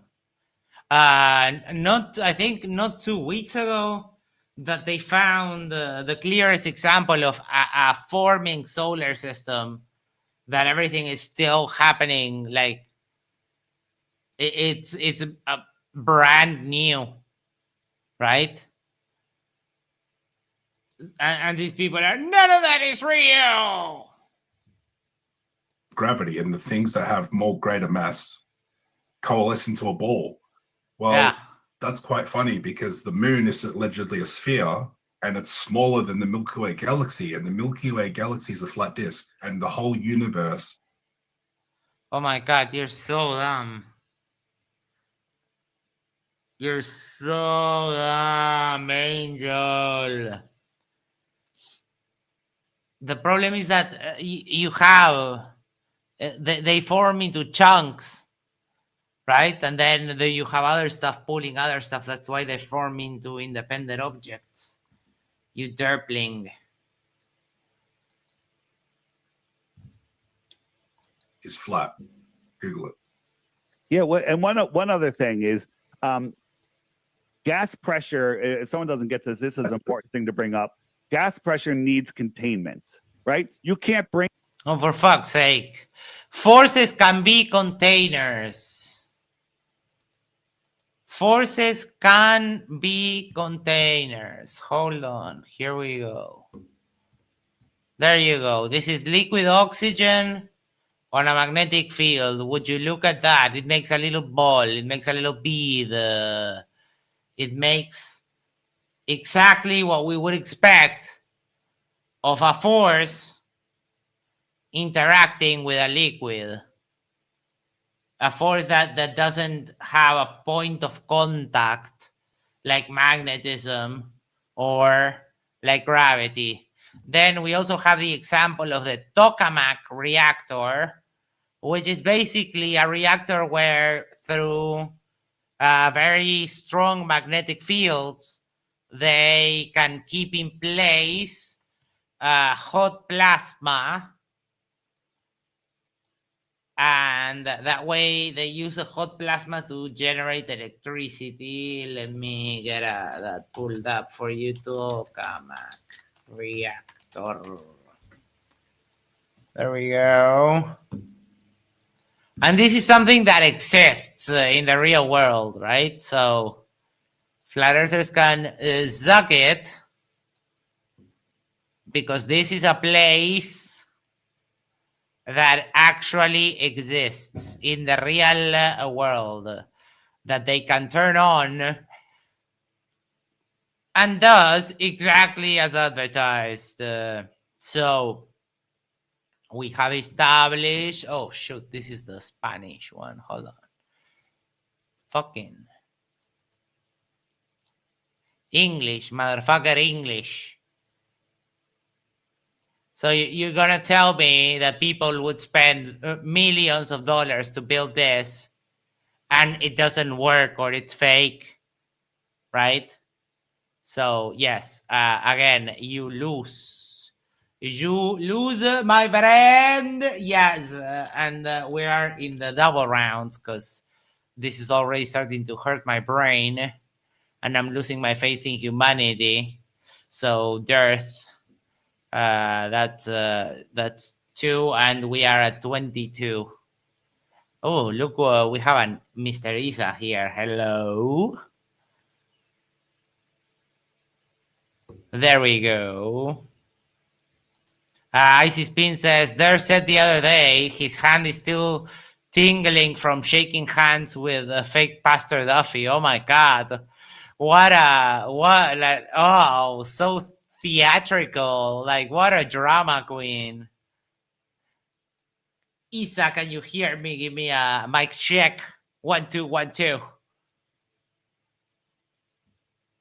Yes, I'm here. I am totally here. There we go. Yeah, when you said check mic, you're like, oh, it's me. Hello. So what's the problem of shaking Pastor Duffy's hand? Why is it tingling? Is it because he feels sick? Because Dirth says that he shook Will Duffy's hand, and because he's a demon or some shit like that, he's still shaking. Because demons care if the earth is flat. It's almost like Lucifer, if you've seen Lucifer, Yes. where you see like these characters that are supposed to have lived for thousands of years, maybe tens of thousands of years, act like petty little children, human children. I'm like, is this what you expect an ancient demon? Like, imagine if a demon lived for tens of thousands of years or millennia. Wouldn't they be a little bit different than your regular average human? I'm just curious. You know? I mean, I think what I would do if I was a demon, and I was thinking about corrupting the people of the earth and taking them to my side, I wouldn't be talking to them about the globe. I would be giving them, drugs and bitches. That is way more enticing than the flat earth or the globe. So they can't even get demonics right. Isis Pin says satanic vibes, bro. Yes. So what I'm doing is right now, because these two scammers presenting to a high school on a class, right? So I'm debating them, and so far I am 22-0. I am ahead. So that is where we stand. Brother, don't you think that's a little biased though? You should give them a few points, man.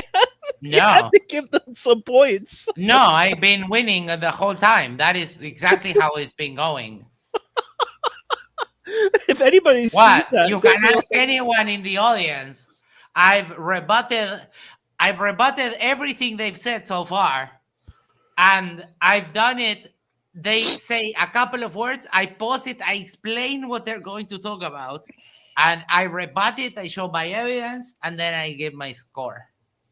No, it's perfectly balanced, but they won't debate. The balanced, valid view is that. Yes, I'm being 100% fair. Okay. Bring me 5 pounds of helium or propane for a barbecue without a container. You need a container, right? No, you don't. Have you never heard of solid? Let's say solid carbon dioxide, otherwise known as dry ice, you can buy anywhere. Have you not heard of solid oxygen, or for example, a liquid, a propane tank, the one that you buy for your barbecue or for a heater or whatever? That propane tank has liquid propane inside. So dirt again. You ignoring the fact that we have a bunch of stuff that proves you wrong is just hilarious. Right? I could put a fish tank, an open top fish tank, in the middle of a room, and I could slowly suck the air out of that room. Let's say the room's completely sealed, it's a vacuum chamber, and I could just slowly lower the pressure. There is no time during that lowering of pressure that the air in the fish tank will be a higher pressure than the rest of the room. But they want to say that gravity. Why would that change why would the fish tank have a different pressure than the room this is a flawed experiment. This is a completely flawed experiment. On the other hand, if you grab that fish tank and you fill it with SF6, which is a gas that is way heavier than air, it will just stay within the fish tank. It will not move away. And we can't really show that because it gets the video demonetized. But another point. On fire. Holds the air down from being pulled into space. That is absolute insanity. Here we have a gas pressure simulator, and when we open the top, what happens? This is just with that simulator doesn't have gravity. The same website where Dave is showing this has another simulator that has a lever here, another like slider for gravity. But he's so dishonest that he has to show only this simulation, not the other one. A piece of trash. I think IC Spin is right. Hit the like button, yo. Regular, same air pressure. Gas is unbiased to down. It goes in every direction. Gravity does not hold it down. No, gas is just as biased to down as everything else. You're just a liar. Why do we have a breathable air at the bottom when there are other heavy molecules that should displace everything around? This is just wild. CK says, people in Dave's chat believe that he's going to change one student and this is all worth it. If I could simulate this being a vacuum around it, it would instantly equalize violently. No, that is false again. Dude, Dearth. Every day on the news, when they show you the weather map for all of the US, and they show you how you have high pressure systems next to low pressure systems as predictions, and the little guy there predicting the weather says, tomorrow the Midwest will have a low pressure system, and then if you're in, I don't know, freaking Kansas, you go and you check your barometer and guess the pressure is actually a little bit lower today. Guess they were right. And then someone else in Utah or wherever the fuck, somewhere else, in Washington, D.C. or very far away from Kansas, they are going to have a high pressure system, and they go and they check their barometer and they have that higher pressure. How does that happen, Darth? Icy Spin says, for $2, thanks for covering this, Max. Thank you. Because this is rough. And there are four parts of this shit. So we'll see. And we haven't covered that in a while, so I thought that it was very apropos. Equalize. Violently, right? No. So here is, I think I got this. So here, this is a vacuum, and this is gas. We got a valve right here. And when we turn the valve and open it, instantly, as soon as it turns it, bam, up and away from gravity. Yeah, but that creates an instant equalization where the pressure is, at that scale, the pressure is the same everywhere. Not like the Earth, where the higher you go, the lower pressure you have. Again, this is not analogous, because that doesn't explain low and high pressure weather systems. There's another point for me. You suck. You suck. This proves gravity holding on to our atmosphere. No, it doesn't disprove right? shit. So, it doesn't disprove anything. Picture this. This is what Carl Sagan and Neil deGrasse Tyson want you to believe. That this is Earth from the Voyager spacecraft, which was launched before you guys were born. Yeah. You want to talk about the Voyager?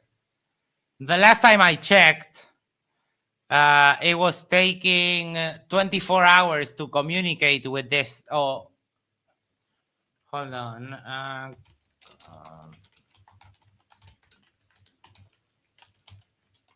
Voyager, 1 second.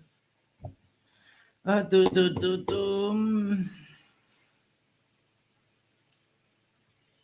it was 24 hours, but the round trip, hold on.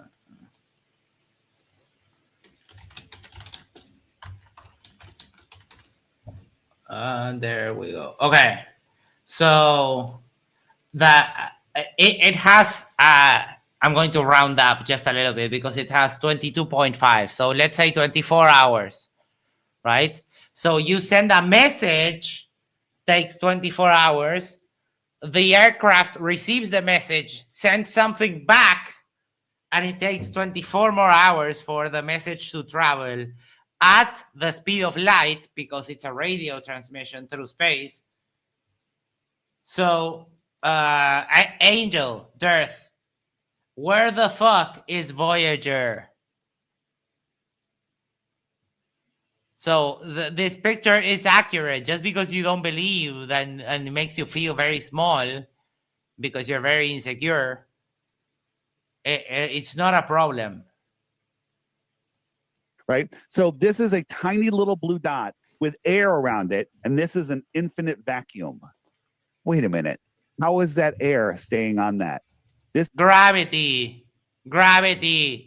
You fucking scammer. This is all pseudoscience they teach you.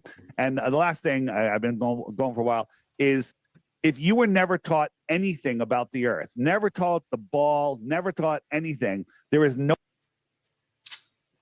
If I wasn't taught anything about the Earth, I would still know that you're a scammer. No point in your life that you would ever assume anything that has to do with living on a ball. We don't live on a ball. The Earth is flat, level, and stationary, provably so, and it matters. Next. No, it doesn't matter. You're a filthy fucking liar, and that's why you run away. And you have to talk to ChatGPT and school children. Monster. Question.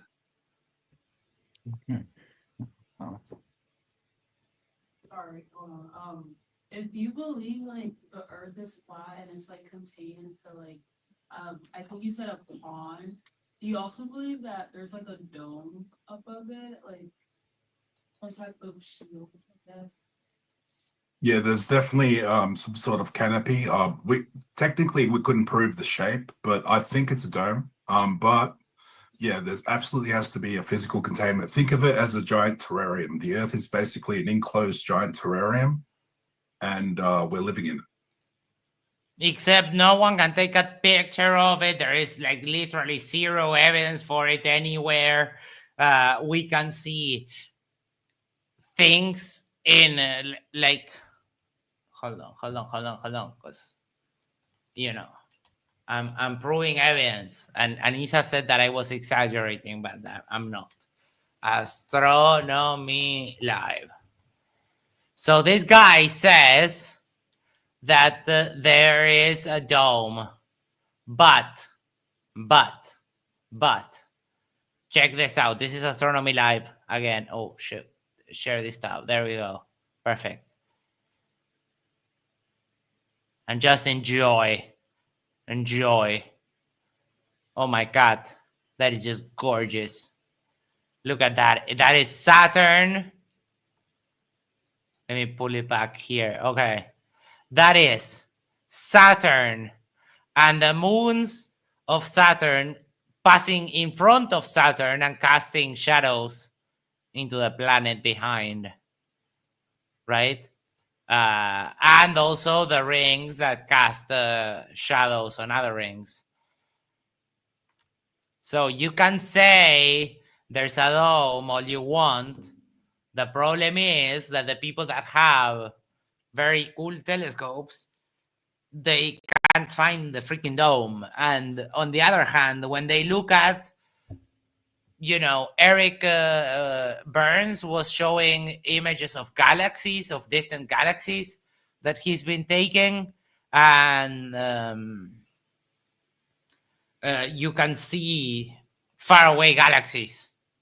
I mean, it takes a little bit of equipment, but even when looking at the deepest parts of the sky, there's no dome to be found, you liars. Katie says, imagine being in a giant terrarium and someone farts. Imagine my country with the amount of cows that we have. There's like 3 cows for every person. We're very much in trouble. Yeah. So here's an enclosed system. It's getting light. There's plants and animals living here. This thing has been closed for almost. Yes. The problem is that has only, it doesn't allow the biodiversity for a planet. That thing just lives and dies all the time. It's just that it's a good balance for inside a terrarium. This proves nothing. 50 years. No one's added anything to it, and it's a perfect environment. You cannot open that and have everything survive on its own. We live in a contained system, provably so, because we are breathing air right now. If there wasn't containment, you would not be breathing air. That is, again, another stupidity. We already debunked and told you that forces can be containers, and we show that. So, because you lied again, you get another point deduction. Because it would not be contained. These are simple, common sense things that have been beaten out of you with textbooks. Literally, those textbooks are like beating you on the head with. Yes, they should have beat you in the head with a textbook. Maybe that somehow you'd have absorbed some knowledge. With nonsense. It's all nonsense. 99% of it. What are you doing? The fuck is this? Masterpiece. That is sketchy as fuck. What are those mystery drops, Weiss? David Weiss here. I've been taking Masterpiece for probably over a year. And what? Look at that face. Maybe 2 years. The Walking Dead. Whatever Masterpiece. Are you giving yourself a point for this? Whatever Masterpiece is offering, I do not want that. No, I haven't given myself a point for this. Why are you mocking me? I'm not. I'm just saying. I think you could get. This is an easy point right here. You know. I mean, yeah, but it's not part of the debate. This is just like literal snake oil. This is just his grift. And the Detox. The Detox. I know a lot about this stuff because I grew up in this world. I grew up in the world of New Age. So essential oils, psychic readings. I grew up with all this stuff. So, you know. I feel from it is amazing. I have never felt better in my life. I know that sounds like a lot, but. Wow. Never felt better, but look at that. He looks like a skull. I think that is a perfect postcard for the marketing of this product. That is just brains. I sleep better. I have amazing dreams when I take it at night. I take it twice a day most of the time, but sometimes I only take it once a day because I forget.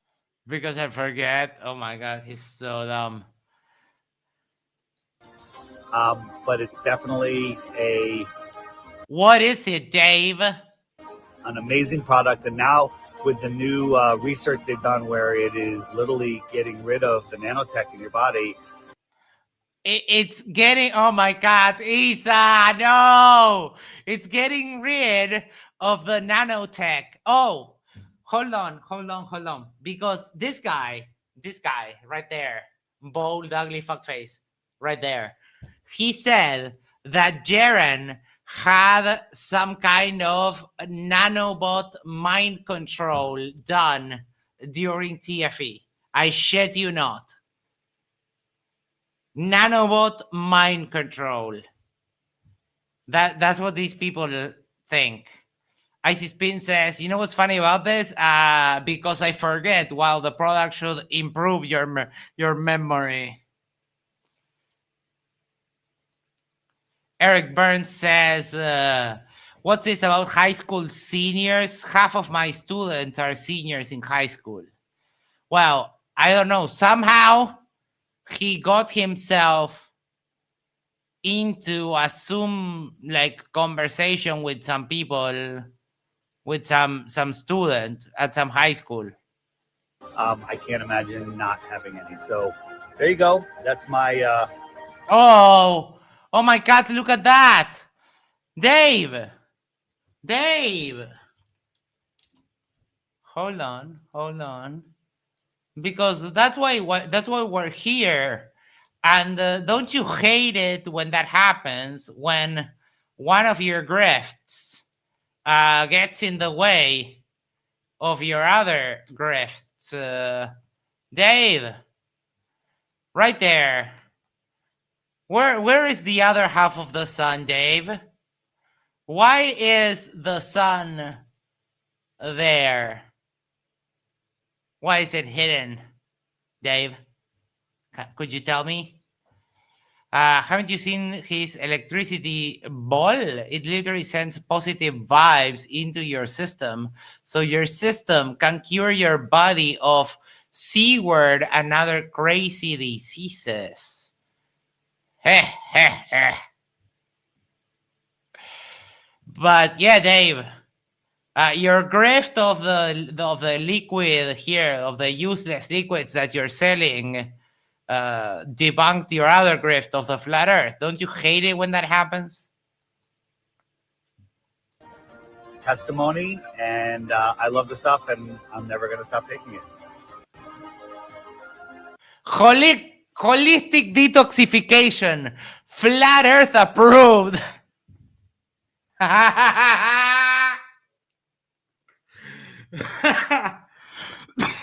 Oh my God, no. Flat Earth approved. That gets you a couple of things. Just like, who the fuck cares?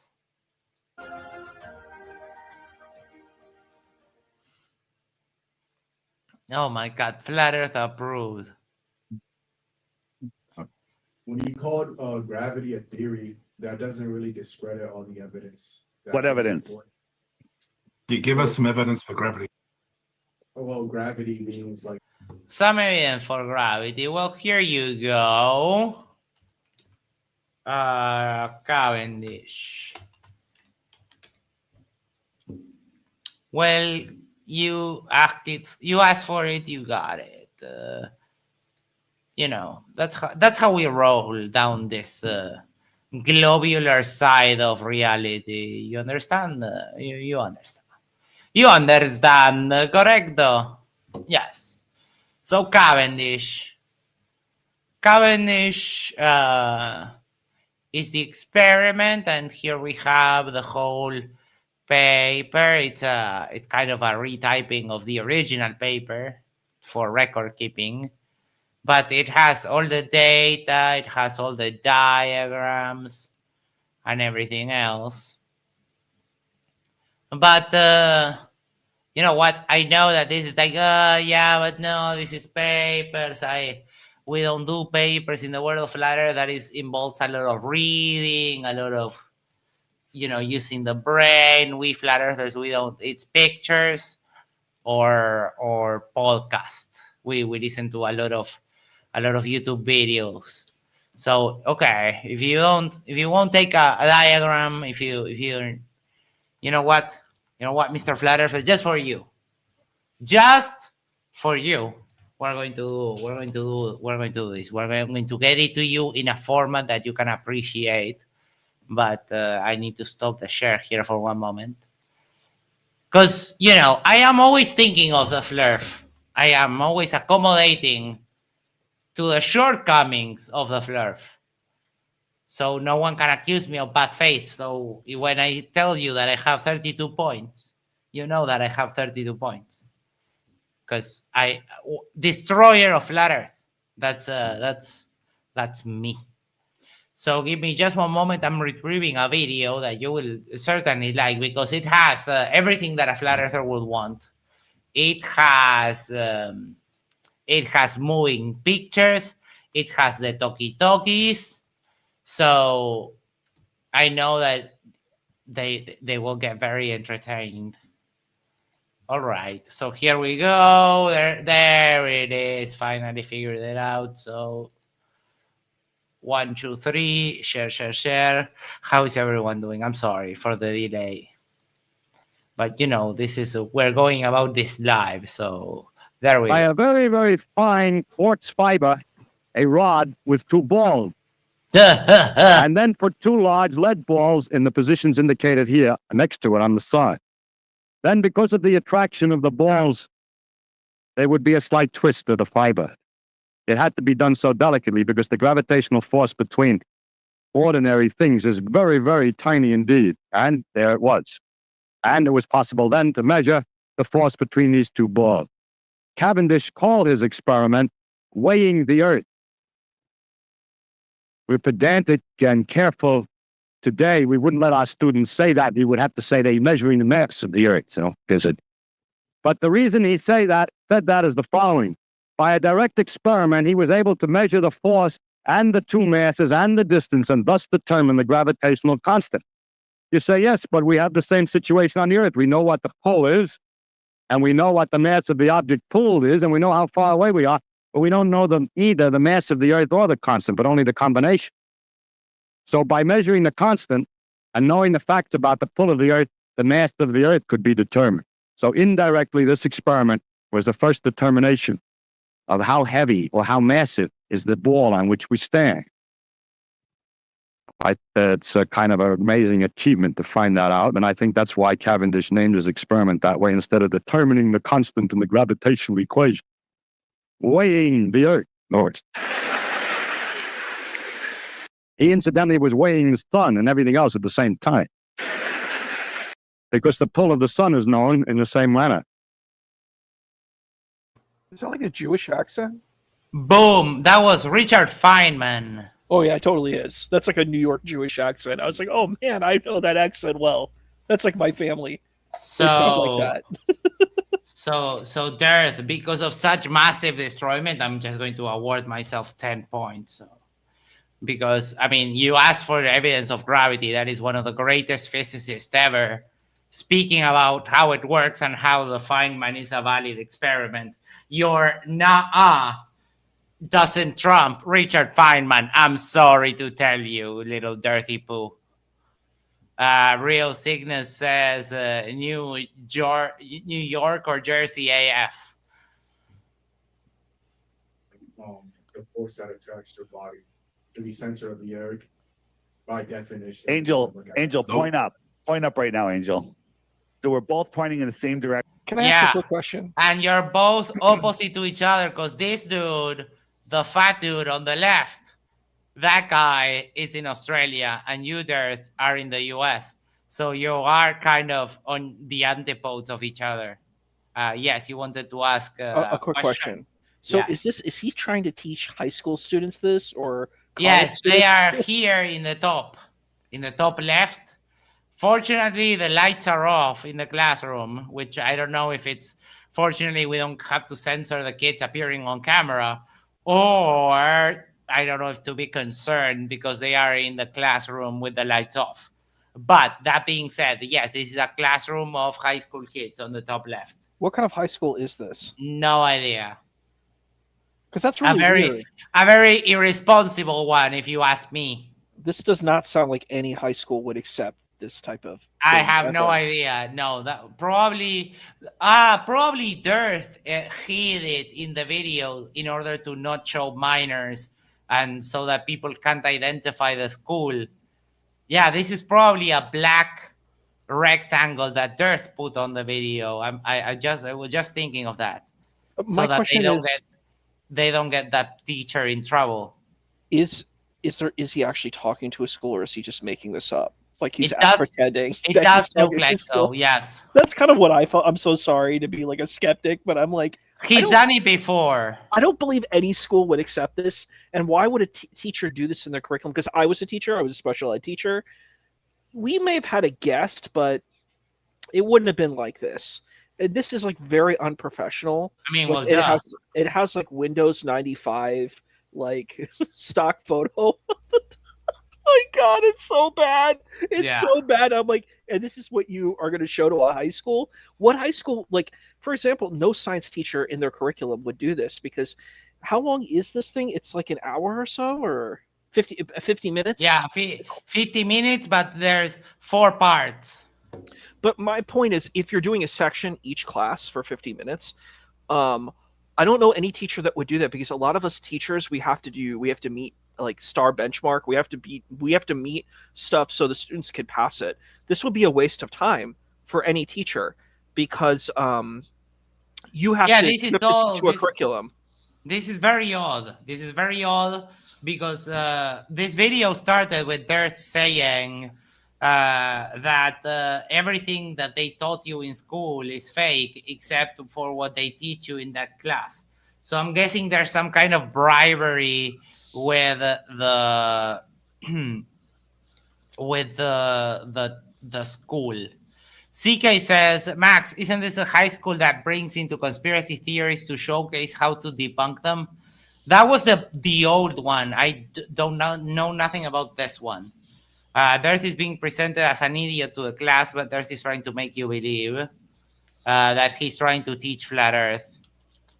Icy Spin said, I'll drop a link about the class for you, Isa, and others. All right, thank you.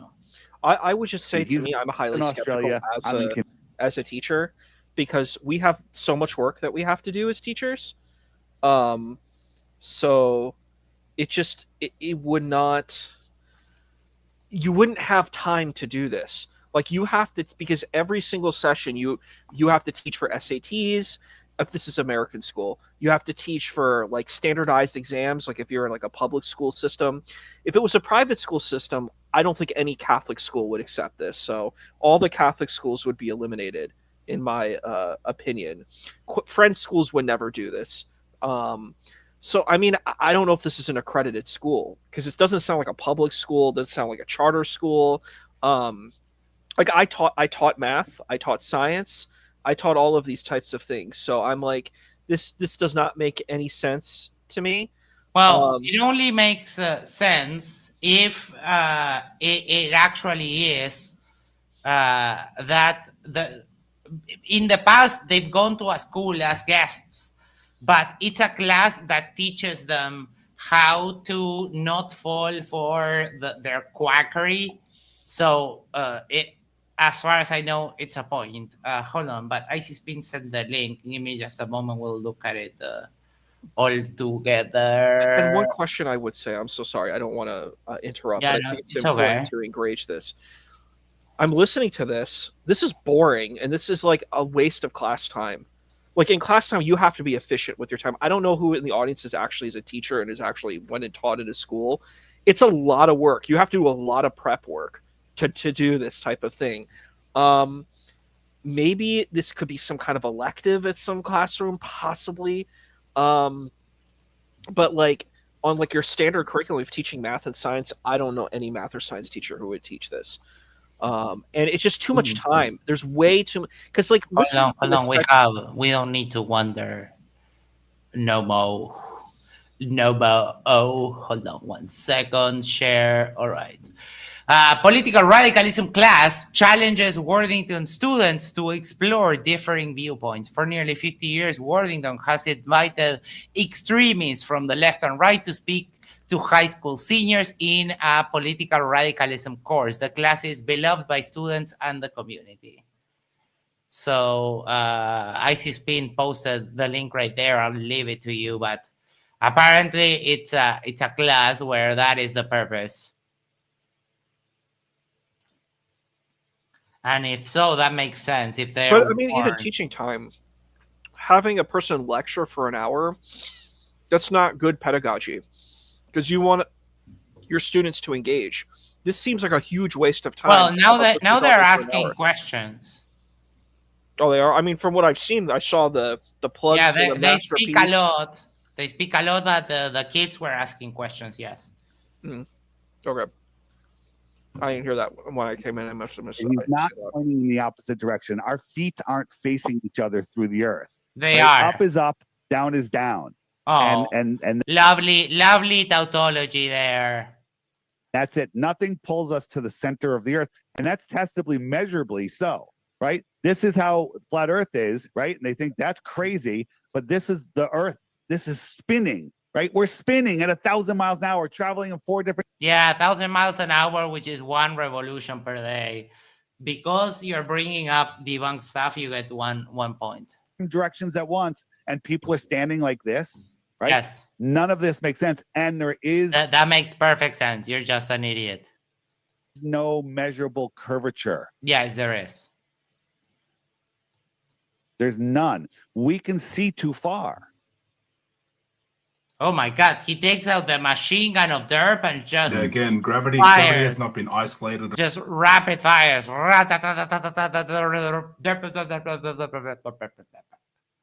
Holy cow! Yeah, it's No, been that's isolated. Australian. We've gone Australian here. An Australian, yeah. Flat earthers from the south, baffling.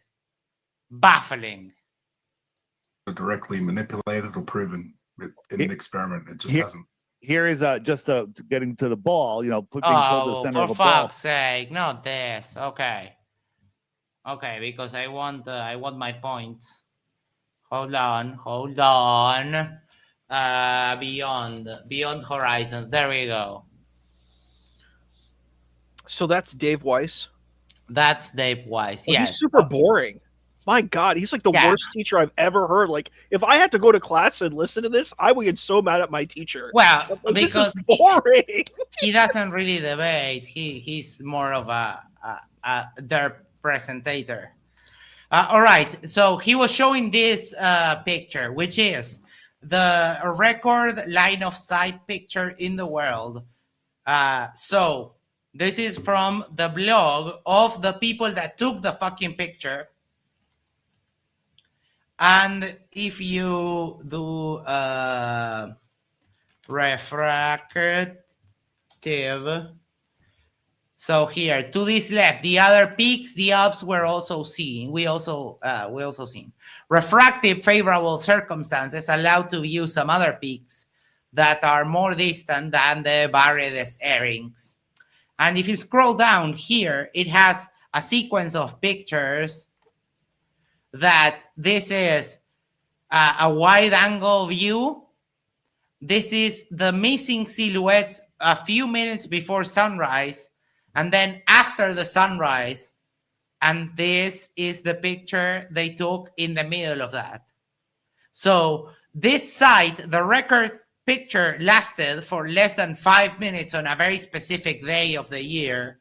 And these guys managed to do all the math and track it down and calculate the circumference of the Earth, the refraction and everything to actually get the picture.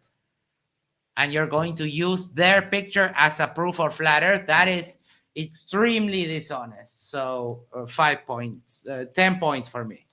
5. There we go. No, 53. Perfect. Filthy liars. I can't with all of the lying. So these are these mountains over here. This is the world record shot, 275 miles. Now the person is on a mountain, and I don't know what level he was on the mountain. So we're gonna.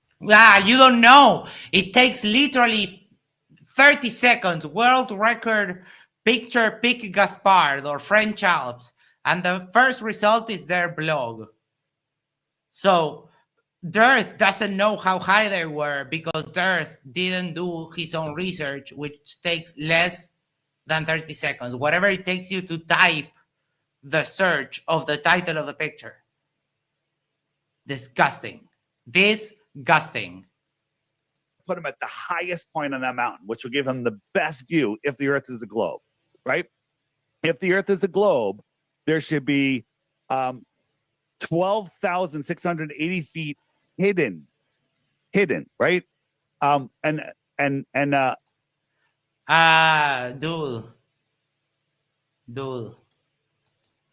Hold on.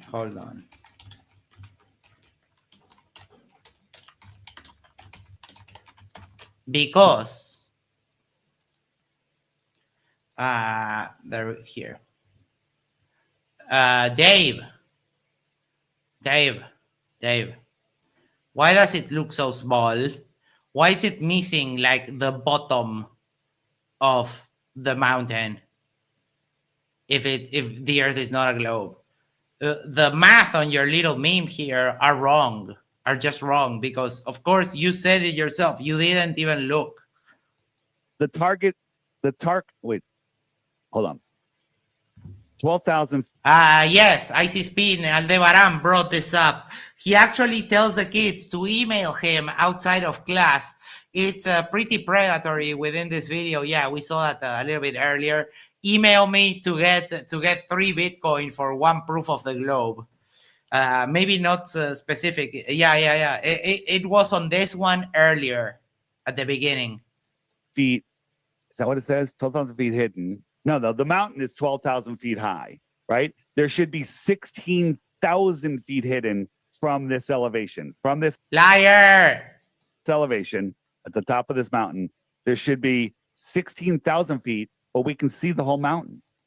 We can see these mountains over No, there. you I know can't. it's hard to see on your screen. It's small, but you can go look up world record distance photo. Yeah, you can look it up and you can get to the fact that even the photographer knows that it's refraction. Liar. And it's there. So we can see things beyond the physical curve of the earth. Now, the globers will say, oh, refraction. Nothing refracts that you can't see. Like if you and I were on a flat surface. That makes no sense. Object permanence, you idiot. You see stuff because you're there, but the light, it's still taking that path, even if you're not looking at it. You doofus. And they built a 10-foot brick wall between us. How far back would we have to walk before we saw each other? And the answer is we'd never see each other because there's a 10-foot wall. And it gets worse if we're on a globe where we're both going to get lower and lower and lower as we get farther and farther away. But we can see things far beyond the physical limitations of the globe. Refraction, dumbass. Next. Yeah, we got a couple of questions here, right? Do you think the moon landing was real? It absolutely was fake. It violates. Oh, It for was fuck's fake. sake. It was a Yeah, fake it moon landing. absolutely was fake. It was fake. There's no deny it. It was the most fakest thing ever. It was fake. Yeah. Newton's third law and the second law of thermodynamics. No, you know jack shit about the local thermodynamics. It Yes. sounds like it's Comedy Central. But Yeah. they're sincere. This sounds like something from like a skit from SNL or Comedy Indeed, yeah. Central. God, it's so bad. IT Spin says fake AF. Yes. And all the gas laws. So basically, if I was to show you a live feed, a photo, or a video of me in Narnia, a magical place that doesn't exist, you're not going to Oh my God. He's really. It's okay. We don't believe in Narnia, you stupid shit. believe in Narnia. So the space vacuum, like we've just been over, violates natural law. If we had a space vacuum, I'll give myself 5 points just because you're so dumb as to bring up Narnia. coexisting next to our Earth, right? All of the air we're breathing would escape into it violently. No, it wouldn't. The gravity of Earth is keeping that close to the surface. You piece of shit. Where is the container between the bottom and the top of Mount Everest? We've been through this, so I gave myself 5 points because this is just ridiculous. Like Dave showed you with the little valve there. If the globe doesn't have a container around it, and it doesn't have a valve holding the air in, and they tell us that it's not the only way that works. I showed you how the tokamak reactor keeps plasma, super hot plasma in place with magnets, with magnetic fields. I showed you liquid oxygen in a magnetic field. You can contain stuff with forces. You're just too derpy. that's coexisting next to this infinite vacuum that's actually still expanding, right? We shouldn't have air on Earth at all. Right. This is on the moon landing. The only light, they didn't bring any extra lighting on the moon landing, according to NASA. And so we got the sun is over here. You can see the guy's shadow right here. So let's just follow him. He's going to do hippity hoppity to the right. And we're just panning to the right, panning to the right. And we just get over a little farther. And all of a sudden, his shadow is now going that way, right? And then we're going to just go a little farther and watch what happens. Go a little bit farther. And now.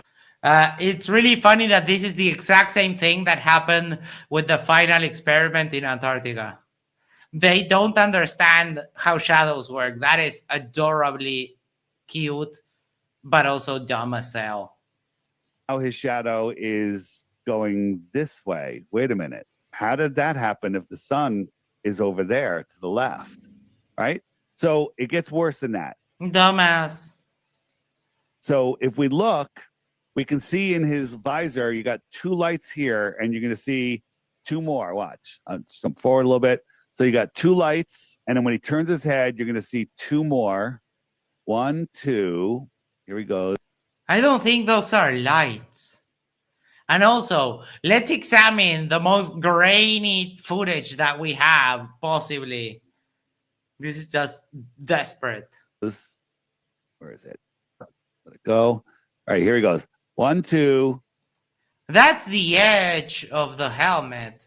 And now I see that this is, yeah, that's probably a couple of lights in the moon lander.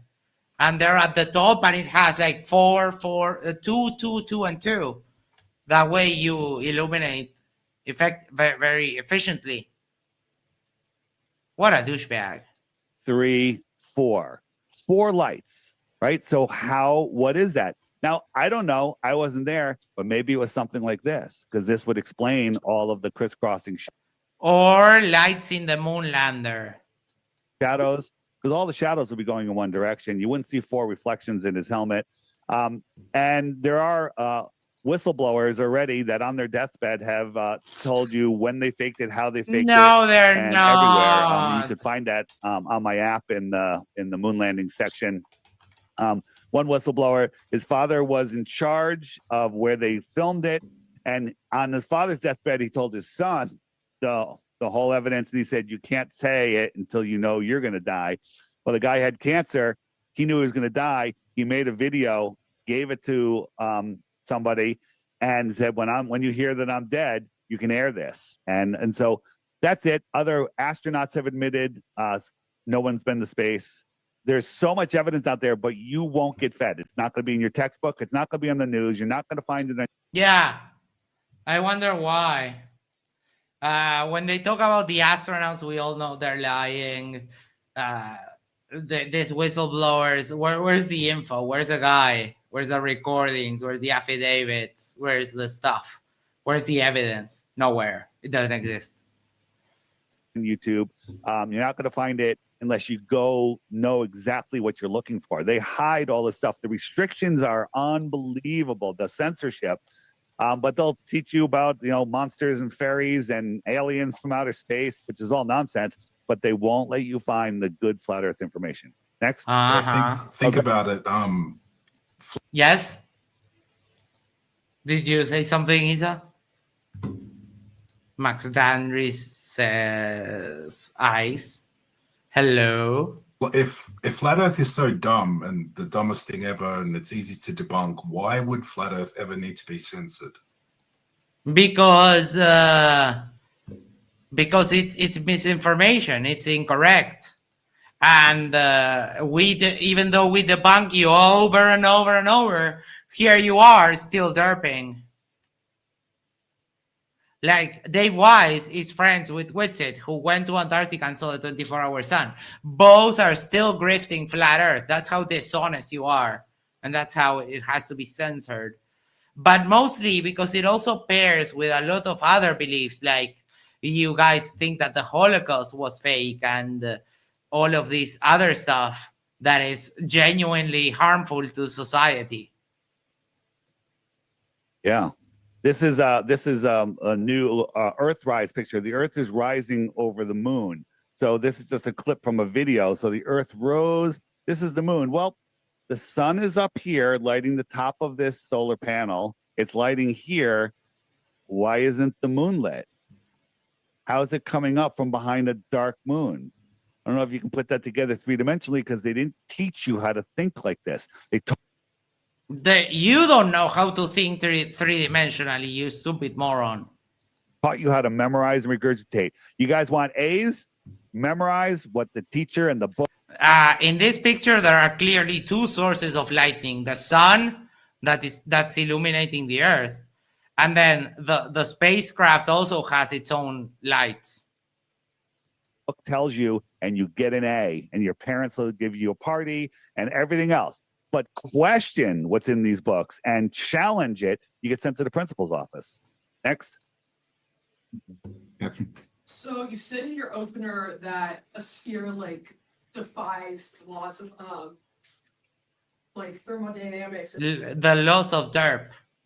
and stuff, but then you use electricity to justify your beliefs. I don't understand how you use some scientific evidence versus. I don't believe I said a sphere violates. I'm not sure where you got that from. I mean, there are spheres in this world, but you can't turn 5 gallons of water into a sphere without a container. A drop of water, anything bigger than a millimeter or two of water, will lie flat. Right? No, it won't, because we have footage of people in the ISS and liquids in microgravity form spheres. You dipshit. There is surface tension, but once you get past that surface tension, which is a tiny bit of water, I just say a gallon or more of water lies flat at rest. Yeah, so they're basically in just 10 miles on the globe, there should be a 66.6 foot of drop of curve in 10 miles. That's the thing with them doing everything in linear distance is that I lose and them also using miles is that I lose reference. But I mean, you want to talk about curved water? We'll talk about curved water. Hold on. There we go. Well, perfect. No, it's not this link. Sorry. I'm reading.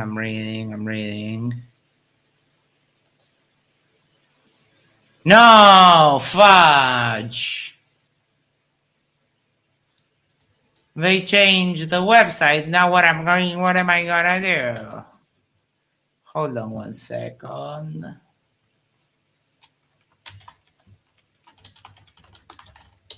One moment. Okay. Apparently they changed the hosting, so boom. Let's see if I can find the article.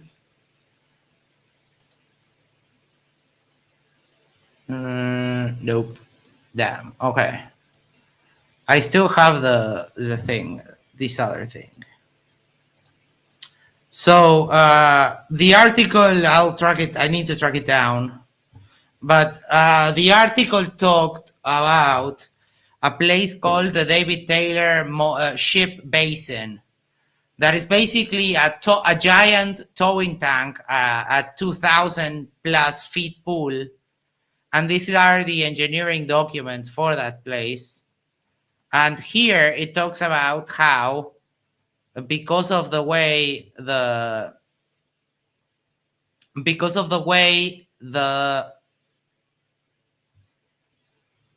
Earth works, in that pool of 2,000 feet, there was curvature from the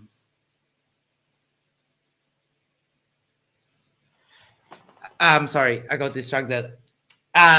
Because of the curvature of the Earth, in order to keep the ship model parallel to the surface, it has to be curved. So this document has all of the information about how they built the place, how they measured the curve of the rails, and how they measured the surface of the water to get that everything in order. So yeah. Okay, and we also talked about how we can measure the topography of the surface of the ocean. So, I mean, you have no excuses to be continuing with this kind of derp. That's not a large distance, and that's a huge drop if you do the math. That's the method they gave us. They gave us the size of the Earth, and in turn, they've given us the curvature rate. So if you can go to a lake and see something that's, less than 6 stories high, and it's 10 miles away, and you can see it, it's game over. The Earth isn't curving. A 10-mile lake should have 66 feet of curvature, but we can zoom oh, in for on fuck's the sake! side of the And he shows the black swan picture. Oh my God! In the video where they took this from, it debunks the flat Earth. Holy cow, with the self-inflicted wounds. That's I'm going to just give you 20 points because this is just wild. That lake. Angel, you know the exact numbers on this one. The observer here, I think, Yeah. is 8 feet high. 6. Six feet high, and then So 8 foot observer, 6 foot you give it. is Go. yeah. Go. All right, so it's an 8 foot observer height. The first oil rig is 6 miles away. The one in the distance is 10.1 miles away. Now, for an 8 foot observer, Oh my God, they're lying again. All of this information is in the original video. It's very easy to track. Don't trust what any of these two derplings say about this at all. the horizon has to be a specific distance away. Okay, and that distance for an 8 foot observer on the globe is 3.4 miles away in front of both of those oil rigs. So Right. basically, the physical horizon that boats go over when they go away from you has to be 3.4 miles away. So just so you understand that, so you can see the water here, you can see the water here, you can see it here, but you can't see it beyond this horizon. See, watch my finger. But Dave, the relationship of the camera to the Earth, that would be so far. This is not a good example because you don't understand. LIGO or Lego for flirts. You know what? You want LIGO. You want LIGO. I got LIGO. Give me 1 second. So the interesting thing about LIGO is that sorry. The interesting thing about LIGO is that it is straight, but it's not level. And you will see here, we're going to look at the pictures, and if anyone wants, I can actually give them the link. It's right there. You can save this and you can dunk on flurbs anytime that you want with this kind of information. I recommend a read. It has a lot of fucking math, but it's coming. There we go. It has a picture of the place, and we start with the diagrams here. The tube has to be perfectly straight, right? So this doesn't actually comport towards the curvature of the Earth. So we have all of the alignment, we have all of the mechanisms so that the tube stays within perfect alignment, etc., etc. And then we start getting more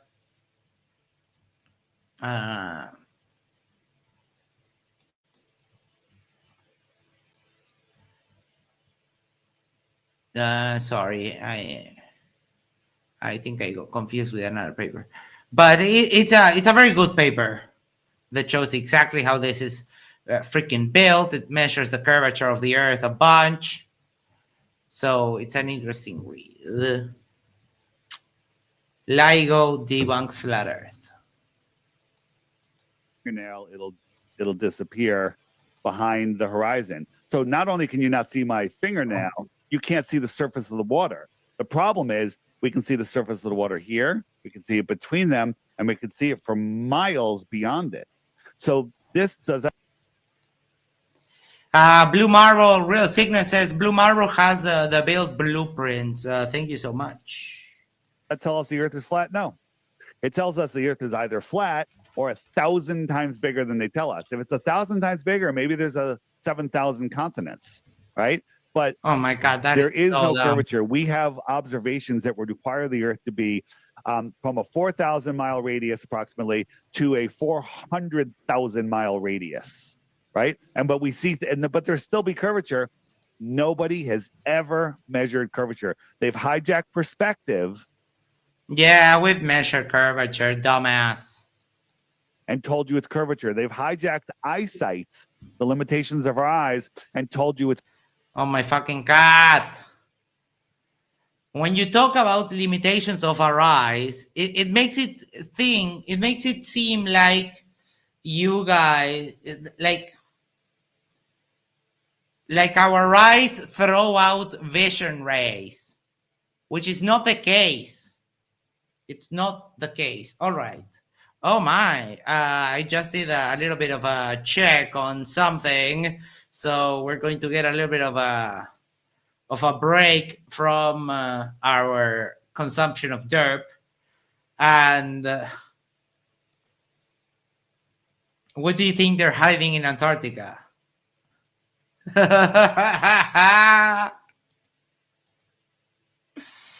That's very good.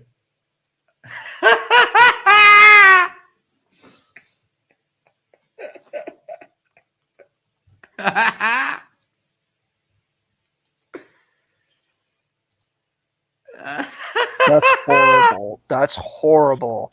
No, that is horrible. Awesome. That is horrible. That is great. I actually am interested in hearing. Wonder what's in that masterpiece. Is it like? Do they put? Is it like I mean, we eucalyptus found oil? out. No, I wonder that what's in that it. is what it is. I wonder what they all sell it. That's what Alex Jones sold that too. Alex Jones sold that stuff too. Like colloidal silver and stuff. Oh my god.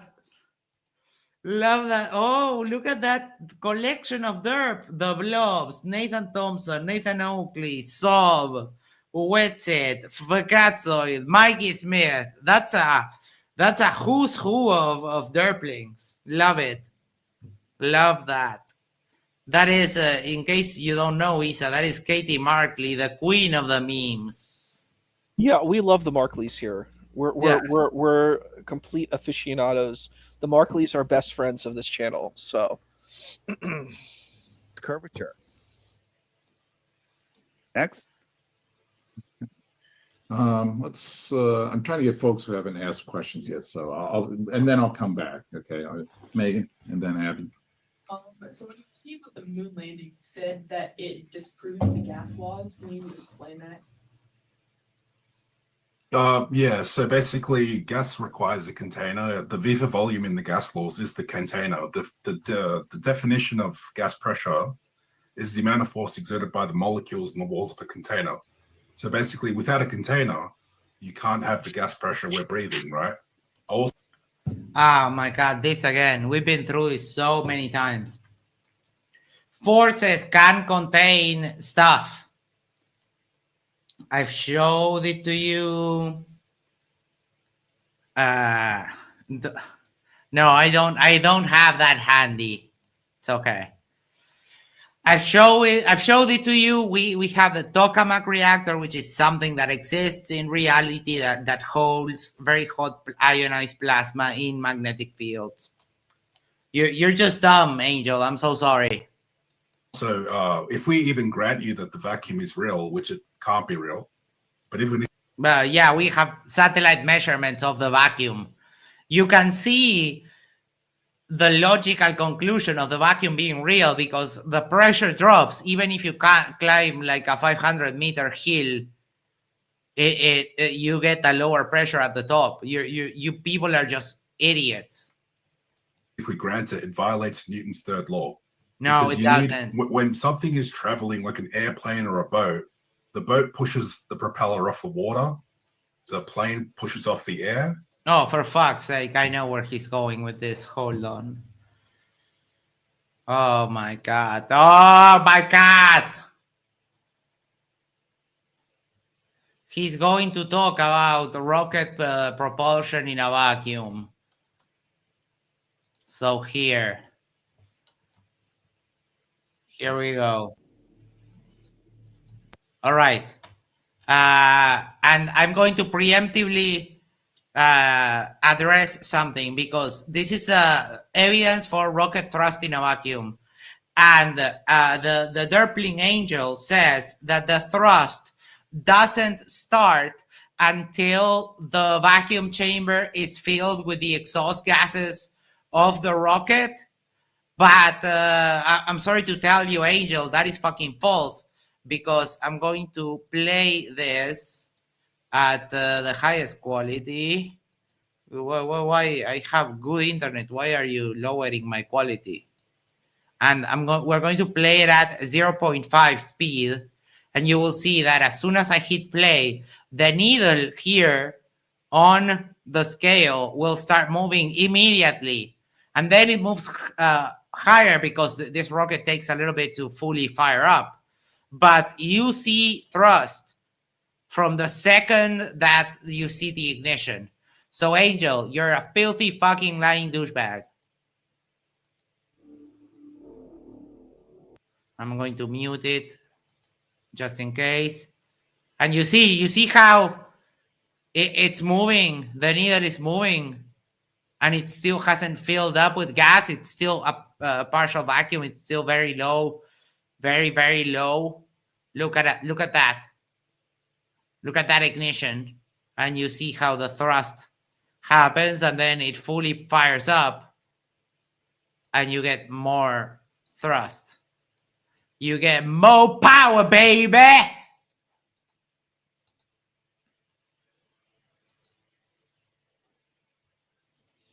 Right? But, I mean, you could set this up so that the vacuum chamber still continues to be evacuated. You could set up the vacuum pump to maybe take out all the exhaust from the rocket, but the principle is sound.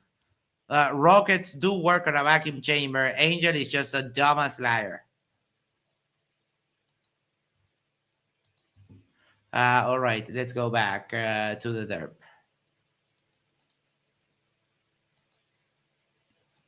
But in space, there's no medium. There's no air, right? So there's nothing to push off. It doesn't matter. If you stand on the skateboard and then you use your arms to push yourself, you're not going to move.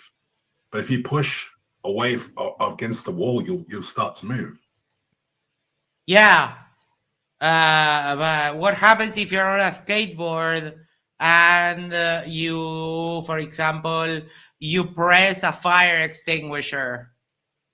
Where is the fire extinguisher pushing off of? That principle just works because the pressure of the material leaving the fire extinguisher exerts a counter force on the nozzle that pushes back. These people don't even know like basic physics. This is just hilarious.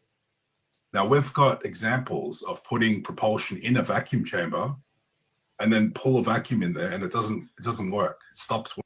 It works. I showed that it worked. You filthy lying piece of shit.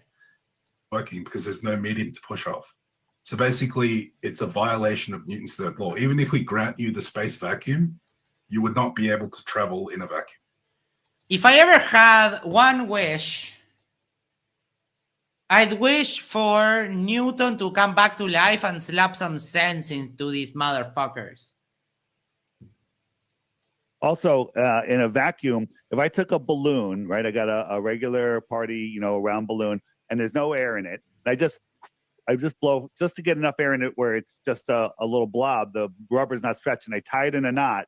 I can put that in a vacuum chamber, evacuate the air, and the entire balloon will fill up and fill the entire vacuum chamber. Yes. Why? Because there is no longer atmospheric pressure to keep the balloon contained, to keep the balloon. Atmospheric pressure right now, everything is all around me being pushed on by the air. Oh my, these people are like literally hilariously dumb. Right? That's because the air pressure is lower than the air in there, and the gas wants to expand and equalize. But we watch these guys on the moon wearing their snowboarding suits, and they're not exploding. They should literally. Yeah, and we also send to the depth of the sea. We send submarines, and they don't get crushed like a fucking can of Coke. You know what's that? That's engineering. That's human ingenuity that allows us to build stuff that we know for sure that it withstand because we test it, because we put it on other machines, we put it on hydraulic machines, and we test if the structure of a submarine is sound. Dirt. We build skyscrapers with cranes. and that kind of shit. This is not impressive at all. Explode. And NASA has only put one guy in a vacuum chamber once, and halfway through the decompression, his tongue started boiling. He passed out, almost died. They had to get in there real quick. And I suspect lying. But of course, this is said without evidence, so it's going to be dismissed without evidence until we get a citation of what lie Dirt is trying to tell us. And try to save him. No one's ever been. We have a challenge out there. Mark Sargent has a challenge out there saying that him and an astronaut go into the chamber together and evacuate the air, and they won't even acknowledge the challenge because they can't. Oh, yeah, because Mark Sargent said so. Yeah, sure. Okay. They can't. Space is a vacuum that violates natural law. You haven't been taught about natural law. You haven't been taught about any of these things, because if you did, you'll start questioning everything. And that's what we want you to do. We want you to question everything. We don't believe the Earth is flat. We know it's flat. We know it's stationary. We know it's level. We know it's topographical. We know it's not a ball. And you could prove that for yourself too. You don't have to believe us. Yeah, you can prove the globe to yourself. So why don't you question your flat Earth model? You said we need to be skeptics. Why don't you be, challenge your own system, bro? Yeah, but they can't. I mean, have you ever seen the clip of me and MC Toon running this guy out of a 400 subscriber channel? Hold on, I have it here. No, I haven't seen it. Oh, it's fun, freaking tastic. I mean, the Australian guy is just amazing. He's like, we've proven it. We've proven it, mate, down under. Oh, my God. Oh, my God. Before we going offline, we have a guy that wants to debunk flat Earth dive about the round, the flat Earth. Do you guys want him to join? I'm not interested in talking to any of these trolls. I never talk to them. They're a waste. They're a waste of energy. You can talk to them all you want. You should talk to them. You have them on. I would like to see somebody. You should watch. There's hundreds of debates with really good flat earthers talking to these guys, and the arguments, it just goes nowhere. We've been doing it. Sorry, Dave, but every time a flat earther talks to me, they end up crying without fail for years. And we're literally, it's not worth talking to them. Now they can say the same to us. Feel free to talk to anyone that you want. It's a free world. I choose not to talk to satanic trolls. I don't.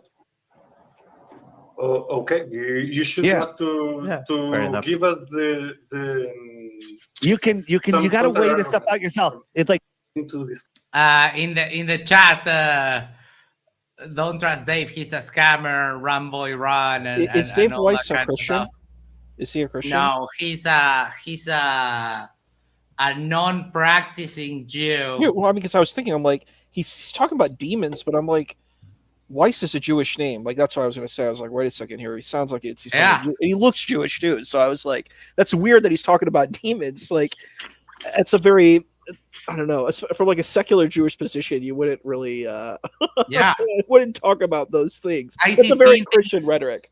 I see spin things like myself. I think he's an atheist. Like the same thing that I think for Witsit, they identify that their idiot audience just will eat up the Christian nonsense.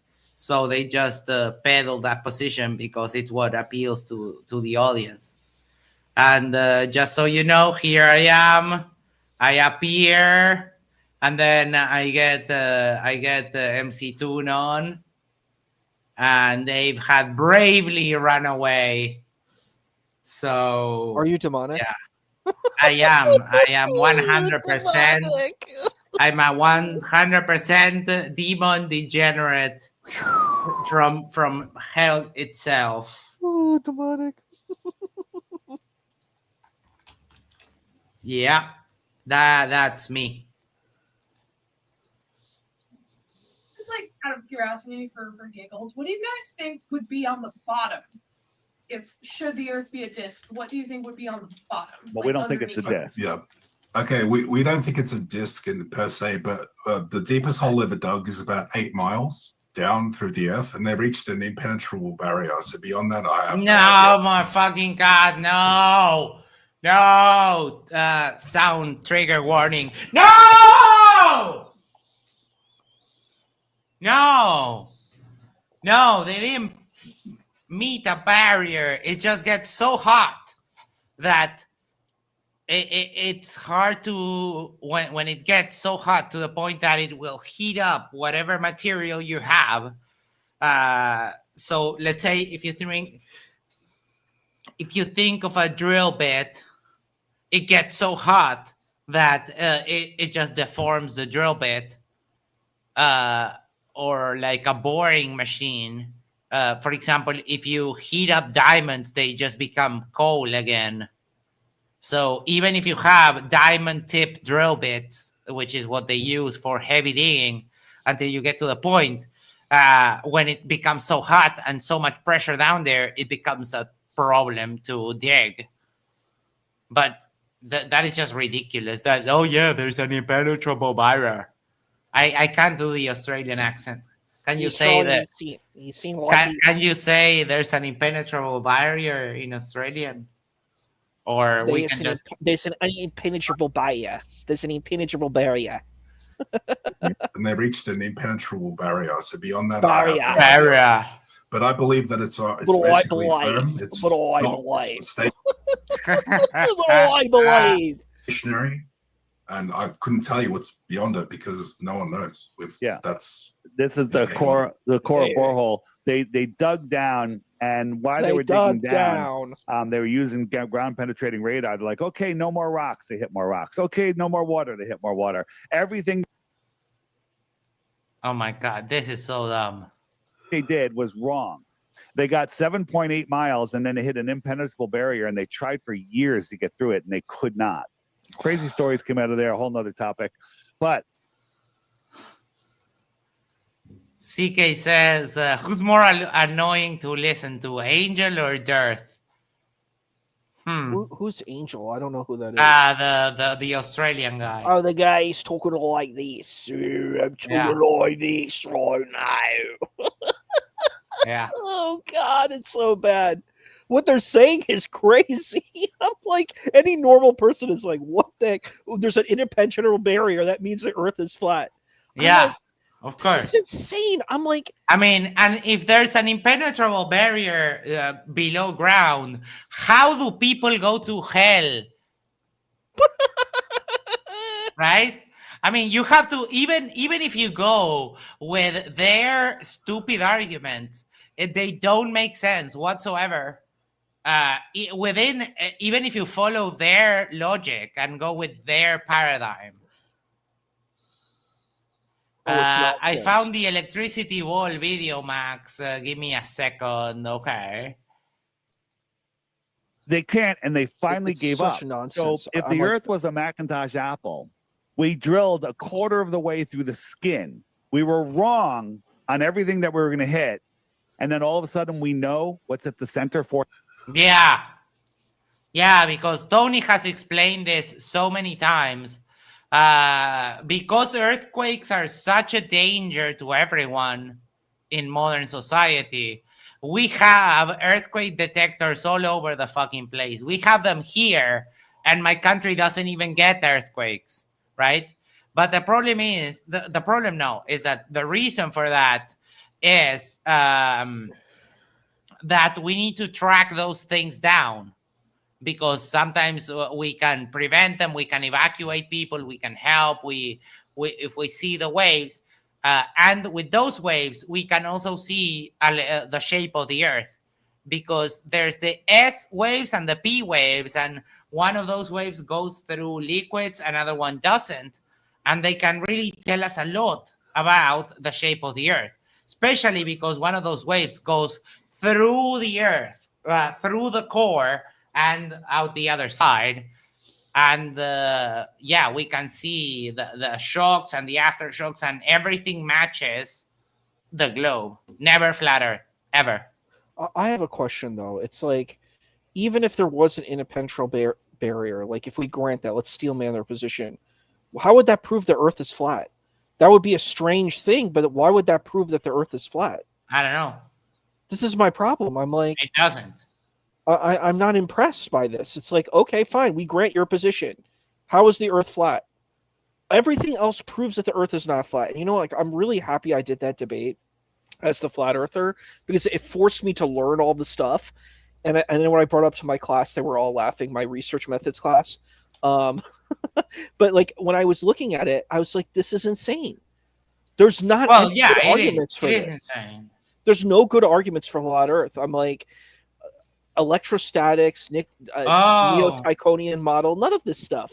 Oh my god, neo-Tychonian, holy shit. None of that works. Like, look, I don't care if people want to believe the Earth is flat. Good on you. That's totally cool, bro. Like, if that makes you smile and makes you sleep at night, cool. But like the evidence for that position, there is none. There's no position. Yeah. It's like it doesn't work. And I'm like, I have one argument against the entire go on a plane. Flat Earth is crucified. That's it. You go on the plane and you can see that the Earth is not flat. I don't need a final, what is it called? The experiment. Just go on the plane. If the Earth was flat, the travel patterns would be completely different. It can't work. I'm like, what is their argument for that? There's no photograph that you can take. When you go on the plane, if that was true, the Earth I have the experience. I have the experience of this, for example. My ex tracked. She worked for a shipping company, one of the big ones, one of the biggest ones in the world, right? And they use this website to track, for example, shipping that came across. So this is Seoul in Korea to Salt Lake City. And the thing is that this website said that this plane was on this place, or that this plane landed at the airport that was being waited at, right? So she that worked at a logistics company, when this website said that this plane was in the airport, guess what? It's in the airport. And if you look they're going both sides. They're going this way. They're going that way. They're going every which way possible. And we can track them all. So we know this works. So ICSpin sent me this. We'll see. Shit, I wasn't showing. Fuck me. I wasn't showing this. This is Flight Radar 24. And there's also another one that is marine traffic. And when you track a plane fucking here, guess what? Yeah, it's freaking there. All right, let's go back to Dave. Share this tab. We'll see what... Oh, my God. For those of you who don't know, this guy here has a criminal record that would put Freddy Krueger to shame. I've seen them do is perform miracles. This is the one I have. What exactly is a Tesla? It's a what? A Tesla? It takes energy out of the ether and puts it in your body. It doesn't heal you. It gives you the ability to heal. No! Scammer! Bad! It doesn't. The ether doesn't exist. Bad scammer! Bad! You filthy lying scammer! Super fast. Your whole body is filled with this plasma. Yes, it will give you superpowers. You will become an X-Man. You will have limitless power beyond compare. And it's amazing. Here's a video of it going. So oh my fucking God, that is a lava lamp. That is a fucking LED lamp that is doing nothing. How much does it cost? You got the generator. Let me just fast forward a little bit. And the coil creates the energy. And then that is a fucking lava lamp with LED. It goes through a wire and you connect to it. Hold on, let me just get to it. So what first derp was that?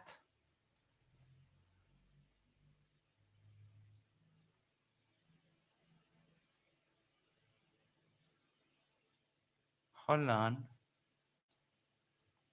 No, fuck.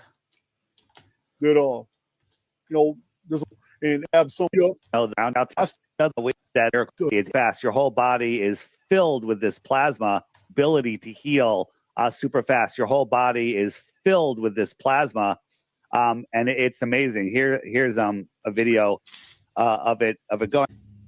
So you got the generator. Let me just fast forward a little bit, and the coil creates the energy, and then it goes through a wire, and you connect to it. Hold on, let me.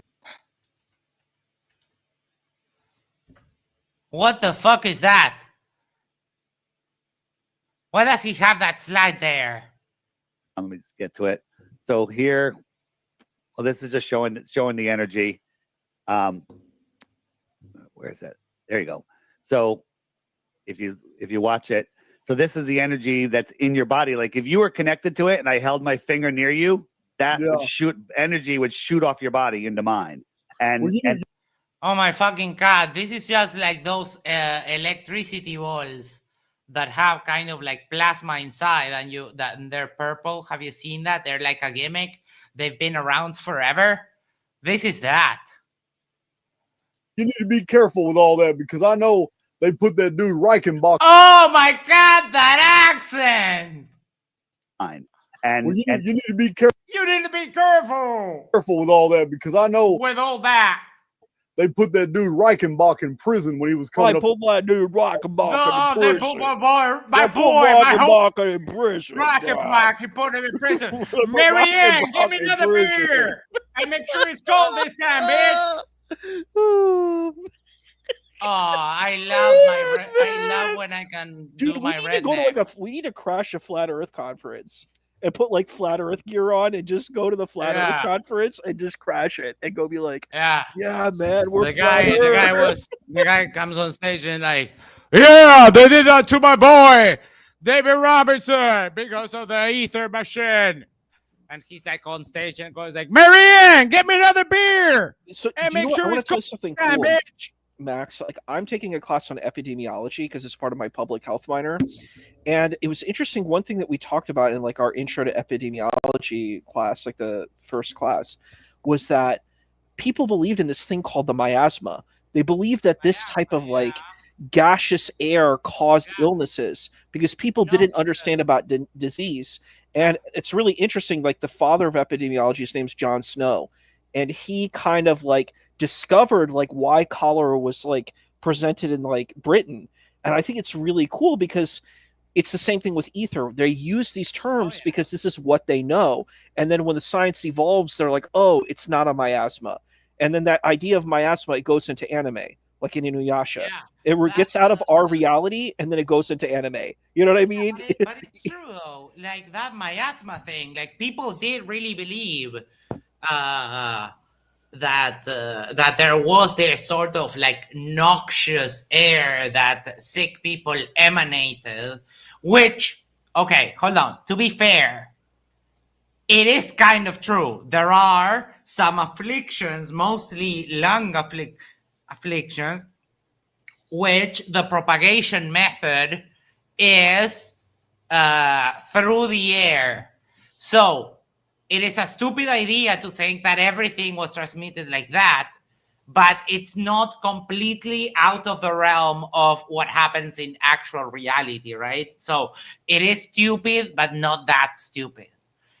Probe says, your sound just dropped to almost nothing. Why? No. What? Can you now? Was it because I moved the mic? Back to normal now. Okay. It was probably because I moved the fucking mic because I'm a dumbass. But that was too good of opportunity to pass by.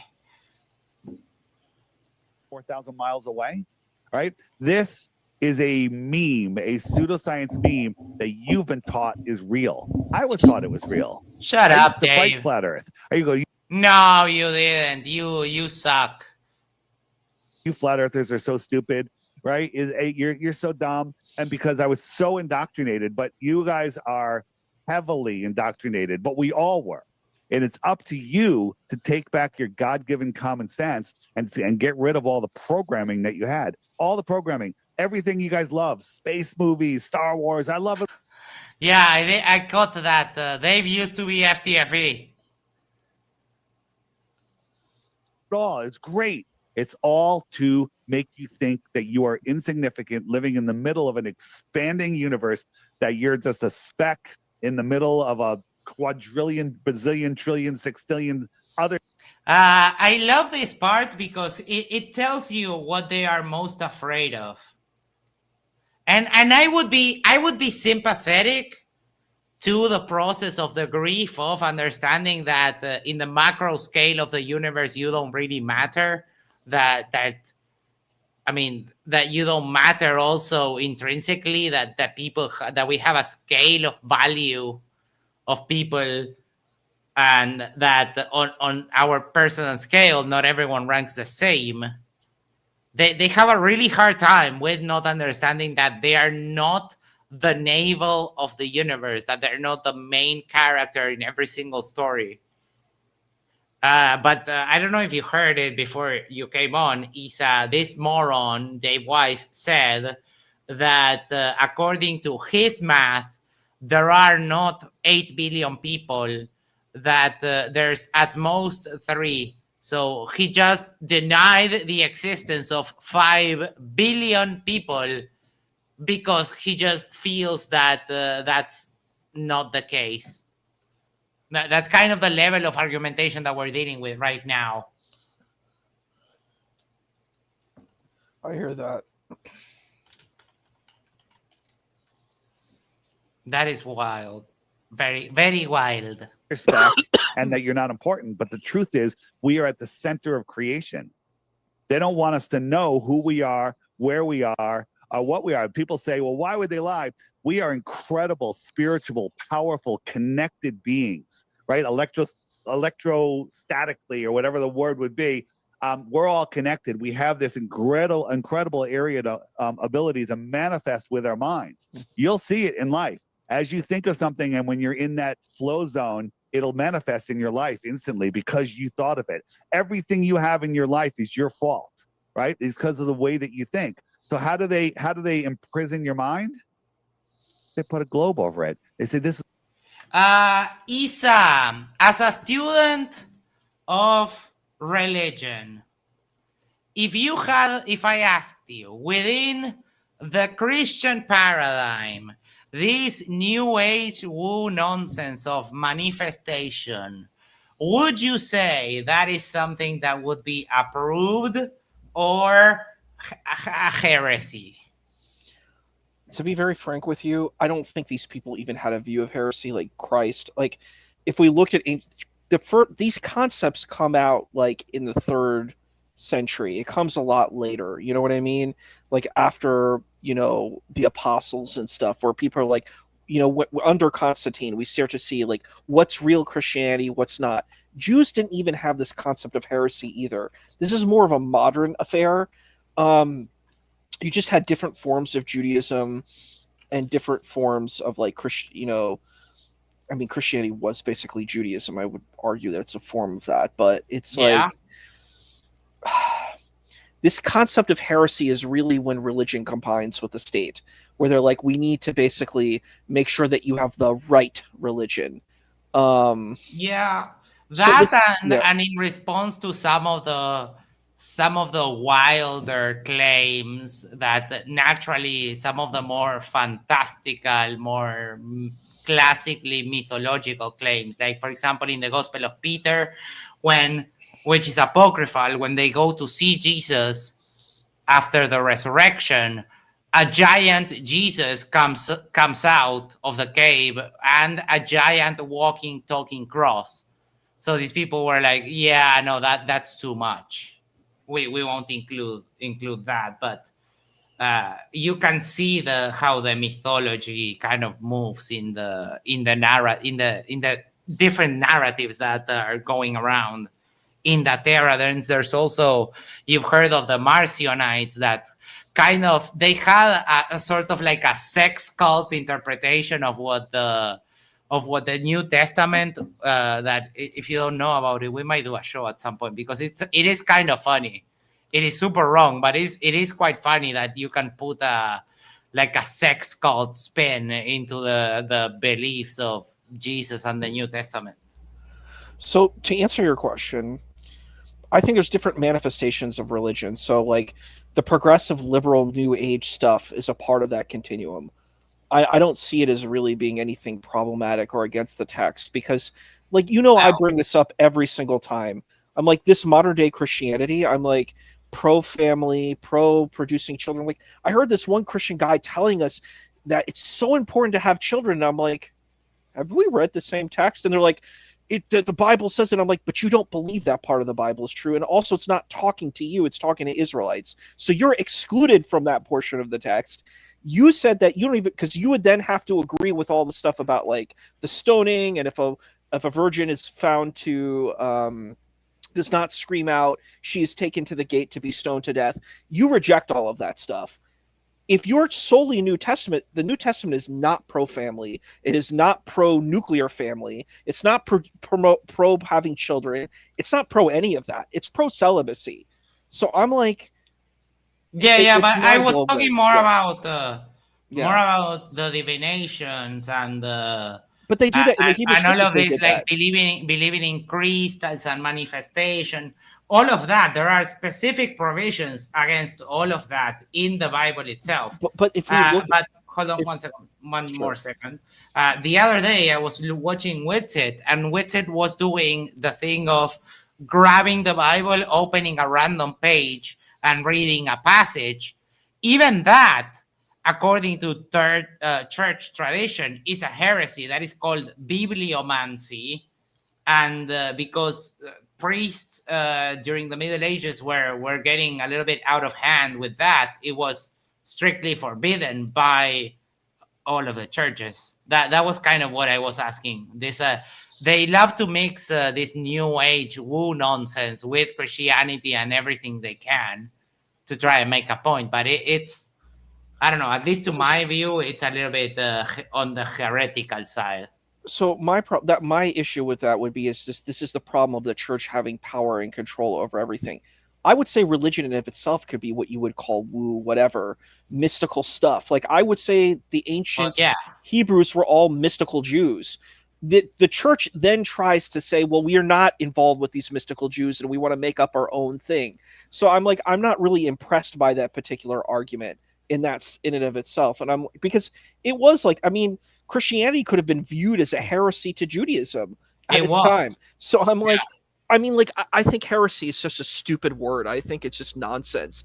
But I mean, like the New Age stuff, I'm like, it's just another response. No, I understand that it is like you can't really get any value. But when you have these guys peddling this kind of modernistic Christian, like very very self-serving view of Christianity, it is kind of funny that they also have to resort to like known heresies to try and keep making very dumb points. Well, I mean, I hear what you're saying. I just think that it's important to understand, like, these people who are claiming heresies, why are they right? That's my question. Like, that would be my pushback to them. I mean, like, these people are like, you're heretical. I'm like, and why are you right? Why are you orthodox? Why are you true? You just had more power and you killed more people. That's the reason why you're in power. But we can always go to the text. The text does say don't go to like divinations and don't go to these quackers that are like Nadir would say, the wacky quacky people who can do magic tricks and all of that stuff. One second. I mean, there's if you go with the text, you can justify that through the text itself. But in the text, like, the king Saul goes to the witch of Endor and she summons the prophet Samuel. That shows that she's legitimate. This woman, this witch, was able to summon the prophet Samuel to come. So I'm like, it does happen. So I'm like, says, like, first of all, I don't believe in sola scriptura. I think this is a ridiculous position. Whatever the text says, it's like, yeah, that's a very literalist, like Wahhabi position, you know, from the Islamic point of view, or like fanatical thing. The text says this. I'm like, the text says a bunch of things. The Bereshit, Genesis, contradicts. It has two different creation stories. So I'm like, who is to say like that we stick in the text and the text is going to give us the truth? I don't think that's possible. I think, well, but you know, we have to look at something to start. We look at the text, we look at a little bit of the tradition. But if you're going down a route that every sensible Christian will say, like, dude, no, that's a heresy. You like this vibration nonsense is just nonsense. I think that is a fair assessment to within their paradigm to see that they're doing something they shouldn't be doing. I mean, we love haram. I mean, we support haram in all its forms, but in their paradigm, they're wrong. That's kind of my point. I just think I don't know what the real paradigm is. It's like a no true Scotsman fallacy. It's like Christians are like, we're the true thing, and I'm like, if you go to a rabbinic Jew, yeah. it's like you're the heretic. Like all Christianity, like Trinitarian Christianity, is heresy. That is inevitable when you're talking about stuff like this. But David Weiss isn't even a Christian; he's a Jew, so like he can do this stuff. He has no problem. Yeah, doing it. Of course. But that's why the Australian guy, there might be a problem. That's why I'm saying he's grifting, and that's why he falls into heresies, because he has no idea what the fuck he's doing. Well, I mean, in his paradigm, he escapes it because he's not a Christian. He is not a Trinitarian Christian, so he's able to bypass all of it. But I hear what you're saying. Like, I understand what you mean. It's just like, if we're looking in their worldview, it's hard. Like, I'm trying to say, like, I get what you're saying. Like, if we're going in their shoes and saying, well, this stuff about, like, you know, what is that called? The peace stuff, the oil that he's peddling, middle the snake oil. It's middle piece or something. Masterpiece. Snake oil. Masterpiece. It's a Masterpiece Theater. You know, he has Masterpiece Theater oil. I mean, I've been to a lot of these places. Really, like, evangelical Christians love to peddle even what do they call it? Essential oils, Young Living, doTERRA. I don't know if you have that in Uruguay, but like doTERRA, Young Living, these essential MLMs, like, people are really into it. They love it. They love it. There's even one called Peace and Calming. That's the name of one of those essential oils. But they believe that it can cure cancer. It can cure cancer. It can cure lymphoma. It can cure everything. You just take a few drops of that essential oil, put it on your tongue. You're good. Masterpiece. So I mean, like, they believe in it. They really, and what they do from the Bible is something like frankincense and myrrh. Look at these these oils and herbs and resins. This is what the three wise men brought. They're healing, you know. So that's what I think. If we're looking at some of these things, I get your point, though. It's a valid point. You're like basically asking, you're like, these people who are like promoting this kind of really fundamentalist stuff, would the people who was their audience actually dig what they're saying? Because it would be on the heretical side if they're like a fundamentalist. But I think that their point of view kind of manipulates, and it kind of changes to fit whatever fits their agenda. And their ultimate agenda is flat earth. So everything revolves around the flat earth. So if your theology has to change, flat earth. You know what I mean? That's what I think. To answer your question, I'm sorry I was a little long-winded, but I was trying to fairly, you know, met out what you're asking. This is all that there is. There's nothing else. You go round and round and round and round, and you're never going to go anywhere, right? And then we're running out of water. An asteroid's going to hit us. Aliens are coming in September or November. When are they coming? I don't know. There's like some crazy stuff, and then you'll see all these guys on TV, on news shows. They're PhDs, and they're all talking about this stuff like it's real. They're all children talking about bedtime stories, but they. Oh my God! Yes, flat earthers are children talking about their bedtime stories. Yes, that is correct. They don't know it. It's absolutely scary to think how brainwashed the people in your life that you look up to that are supposed to be authorities are completely lost in the sauce. You just got a few minutes left here. Jacob, you had a question. When did you first start believing the Earth was flat? Well, I don't believe the Earth is flat. As I said, I know it's flat. I know. Filthy liar! You don't know. You don't have measurements. 2014, I was doing a conspiracy podcast called Deep Inside the Rabbit Hole, and people started sending me flat Earth stuff, and I started banning them from our social media. I'm like, I'm not looking at your 1 minute video. You're an idiot. And finally, another researcher is like, Dave, you got to look into this. And for 2 weeks, I didn't look into it to see if it was real. I looked into it to disprove it, prove the globe, disprove it, and get rid of all of these idiots. And you're not smart enough. And you became one of the idiots, and you saw, here I can make money by selling an unsecure app and leaking everyone's data all over the internet. So I guess I'll do that. Yeah. Why go out to disprove the globe? I'm like, for me, I'm like, I mean, just to disprove the flat Earth. Why would you care? Like, I don't know, like, what, you have a lot of time on your hands. Like, for us, I think we just happened to come into the vicinity of it. Like, the insanity just kind of manifested. It's not like we sought out flat Earth and we're like, yeah, I want to know why people believe the Earth is flat. It just kind of arose. So you're like, people actually believe this stuff, right? Like, I don't know if that's your experience. That's my experience, but I never sought it out. I'm like, I want to know what, like, I'm interested if people believe if the Earth is flat, you know? It kind of came across me when I got to know MDD, and the first flat Earth debate. I used to watch MDD for the religious debates, and then the flat Earth debate that I watched, there was a derpling called Into the Break, and he was challenging me to debate in the MDD Discord. So I joined that day. I debated the flat earther. I obliterated him, and then that was it. I was kind of like hooked. And that's how I got kind of started. So you fell into it too. It's not like you sought it out. Like, we neither of us sought it out. Like,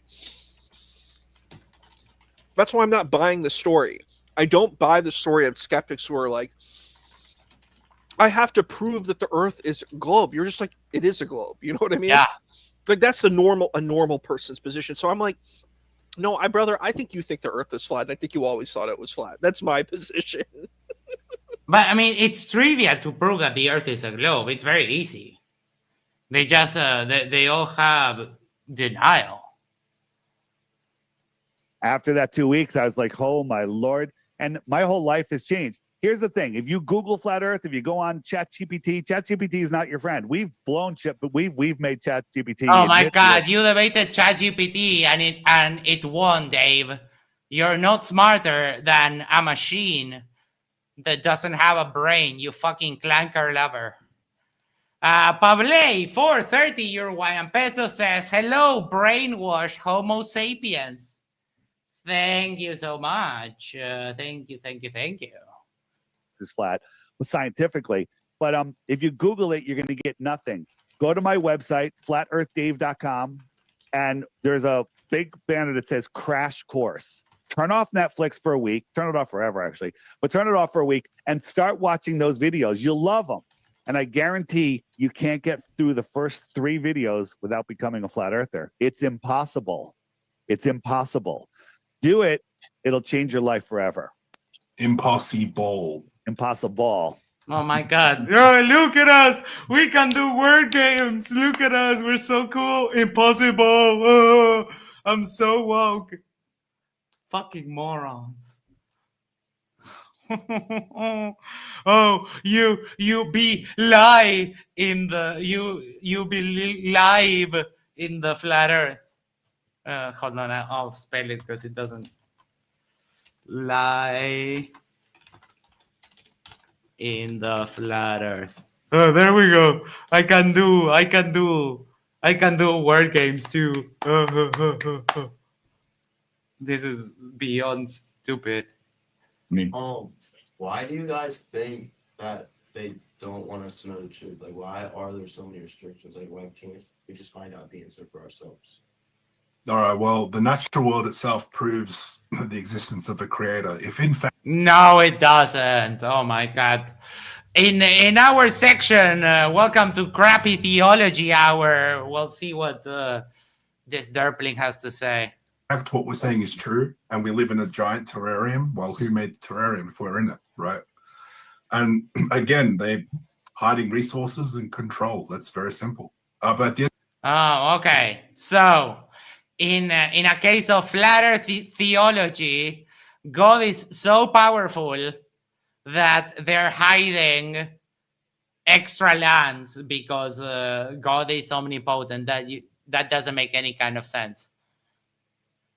end of the day, we're not the ones lying, right? So ultimately, it's them lying. I can't get into the minds of the people lying, but I can speculate. But there's lots of reasons that we can clearly speculate. It's about control. If you knew that there was more land, more territory, more free energy, you didn't have to work for electricity or gasoline. Yeah, even, oh my God, let's go with the reasoning for the dummies. Okay, listen up. Even if there was free electricity in the atmosphere, it would still take human labor to harvest, to lay the grid, and to maintain the grid. So even if there was free energy just to be harvested from the atmosphere, no pollution, no nothing, just a machine that you build it and you get electricity, even then, it would still have a cost because you would still have to pay the people that are laying out the lines and doing maintenance work, and whenever a branch just knocks over a power line to come and fix it. So yeah, it doesn't even work. Even if we go with your ridiculous notions, it doesn't work. If you knew that we're not overpopulated, there's an infinite amount of food, that we're not, the global warming is a complete and total hoax. Oh my God. Infinite amount of food. How did you figure that? These people, they don't realize that the most of the things that we eat, we specifically grow them for eating, for consumption, for human consumption. Isa, have you ever heard of the argument when they go like, oh yeah, look at the banana, how the banana is perfectly made to fit the hand of a human. And then you go and you look at, for example, a picture of what a wild banana looks like before we actually domesticated the freaking thing and created the banana that we know today. So in a sense, they are right. The banana was created specifically for humans, but the thing is that the creator of the banana that we know were actually humans. Wild bananas are just disgusting. Do know this very well because my favorite guy brought it up. It's a Jewish Christian character named Ray Comfort. And he's like, have you lied before? Have you stolen before? You know, that's how he says. That's him. We saw that. We saw that some time ago in some place where we don't really talk about. I remember that. I remember that guy exactly. So have you ever stolen? Oh, you're a thief. Have you ever lost in your hat? Have you ever blasphemed the Lord's name in vain? And I'm like, if you're an atheist, you don't even believe there is a Lord. So how do you blaspheme the Lord that you don't believe in? I did all of that and more. What now? And I had a hell of a time. Didn't get caught once. What do you have now? And it's like, okay, so if someone's lied or stolen before, what's your point? Like, these are human. Why would a god care about those things? I'm just being honest with you, like, transparently. Idea. Like, an ultimate power cares about human issues. Like, I mean, even in most of these religions, people stole. Like, when you have wars and the other side loses, what is that called? It's stealing the people's stuff. You're a thief. You are stealing that stuff. You know what I mean? So I'm like, you're like, well, you know, that's why you need Jesus to heal you from all of this. And I'm like, how do you get healed from stealing? Your stealing doesn't just disappear. You don't have this absolution because you said, I believe in the Lord Jesus. Now my theft is gone. I still did it.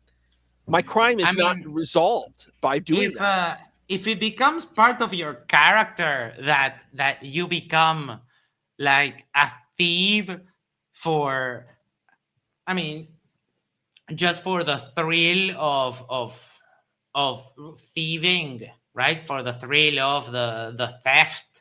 Or if you become a thief because you don't want to work, you find it easier just to steal whatever, right? But if one time you're at the kiosk and you're like 8 and the guy turns around and you steal, I don't know, a lollipop, I mean, would a god like really care about that if you stole a lollipop at 8 years old, if you then go on to be like a productive member of society and you never steal anything again?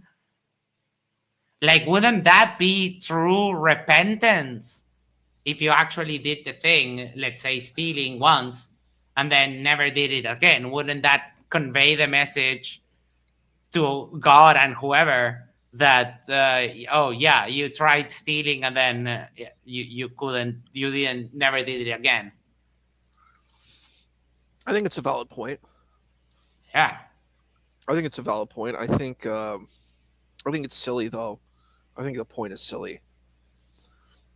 Because it's like dealing in absolutes. You're like, okay, you took something. I'm like, yeah, this concept of theft is something from like human social interactions. It's not something divine.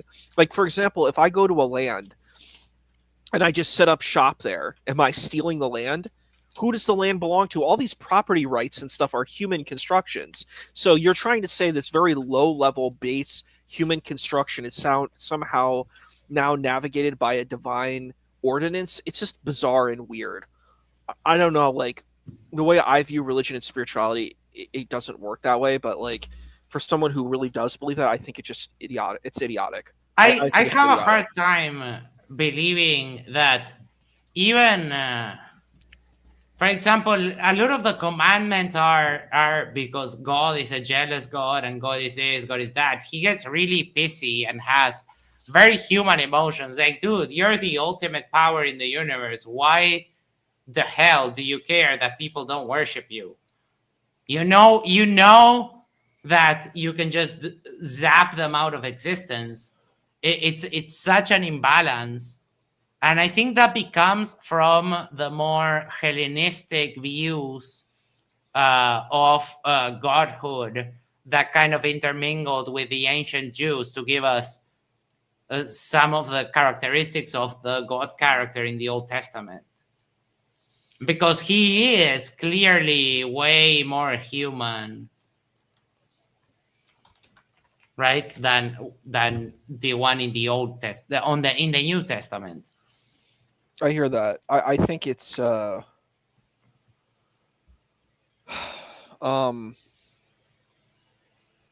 it's very bizarre. If a god is ultimately powerful, why would God care? Like it's right. Like they said in Star Trek V. I mean, I kind of agree. Like, why does God care about limited human foibles? Like, did you steal? And like a person in the comment, they're named Iron, I guess. They said it's not stealing. That's stealing on a higher level. You know what I mean? Stealing is crimes against other humans. I'm talking about, for example, the non-worship or the worship of other gods. Oh, I see. Kind of thing. Like, why is that a big deal? Yeah, who cares? Why would God care about that? No, I agree with you. I think it's stupid. Like, if you are the ultimate power in the universe, why would you care? I actually had a debate. I had a debate on the progressive Islamic Reddit. And people were all like attacking me. I'm like, these people are supposedly progressive Muslims. They're really not. But I basically said to them, I'm like, so this woman put on a shirt that said Allah is a lesbian. Okay, it's like a cheeky. Lovely. It's a yes, cheeky shirt Allah is a lesbian. I believe that. Silly. It's a cheeky shirt from like Hot Topic, right? It's like a Hot Topic cheeky shirt. I don't know if you have those in Uruguay. Those like gothic. Yeah, of course. Yeah, so it's a cheeky shirt from Hot Topic, and I'm like, okay. You move on with your life. You're not like offended, but these people are like, they're attacking God. And I'm like, what kind of faith do you have? What is your religion, dude? Like, you think God gets angry because someone puts on a cheeky shirt? Like, is that really the level of your faith? And I've talked to people like, yeah. And I'm like, What kind of Yeah, low-level you religion do see? you have? What kind of low-level religion do you have, dude? Like, this is your God? Your God gets angry because you put a t-shirt on? I'm like, you're not, your God doesn't get angry because people are murdering and slaughtering and doing horrible things in God's name. No, God gets mad because someone wore a cheeky shirt. Oh my God. I'm like, No, you don't know how that is. That is haram as fuck. I mean, to me, it's stupid. Like, it's so dumb and it's so low level and base, and it's embarrassing, brother. It's embarrassing. I'm embarrassed when I see that. I'm like, this That's is your the faith. will of Allah. It's embarrassing. Like, really, that's what you're gonna say, that God cares? Yeah. It's like, it reminds me of Star Trek V. Like, it was not a very good movie, but that part was really valid, where he was like, "What does God need with a starship?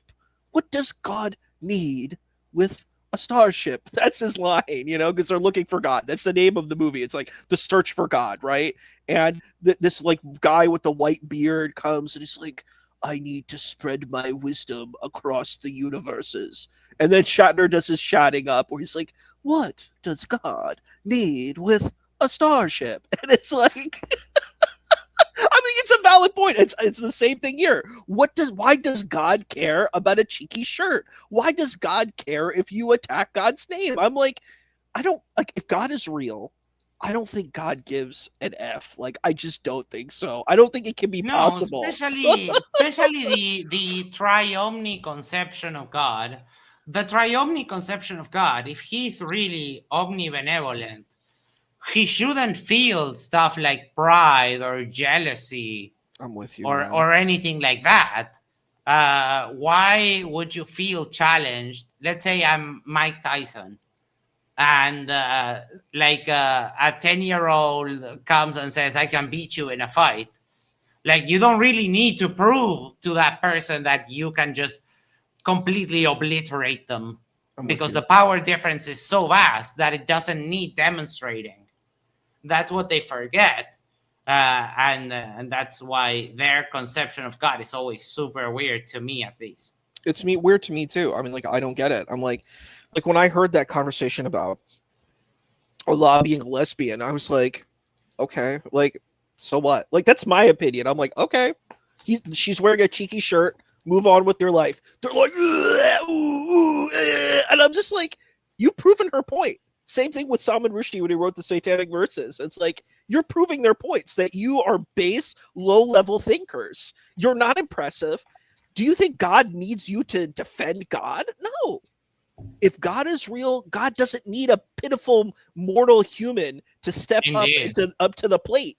You're a pitiful mortal human that is not powerful, that's not great, that's going to die and go into a hole or be burned and thrown into an urn. You're not, there's nothing impressive. You're not some special thing that, and I agree with, what is his name? Carl Sagan, you're stardust. Like, that's what he said. Like, we're all, made out of stardust, right? And basically the point he's saying is, like, we're like carbon material that's made from this atmosphere, and we're not that special. But people are like, whoa, we're so amazing. We're amazing. And I'm like, I don't think so. If a speck of dirt gets into our eye, we're like dying. Like, we have to get that thing out of our eye. It's like, our life is under great duress. And it's like, I'm sorry, I'm passionate about this, but I'm like, we're mortal and we're limited. And I hate this like super humanocentric stuff where they're acting like we're such special beings, and we're not. And like, you're right, like the way that God is viewing, it looks like a pitiful human. It doesn't look like a God. It looks like a pitiful human having a temper tantrum, pretending to be God. You know what I mean? It sounds like whatever the human is. Like, if you read the most immediate myth to those, which are the Greek ones, you have the gods. They have personalities. They make mistakes. They get angry. They have a wide range, and that's how gods used to be written.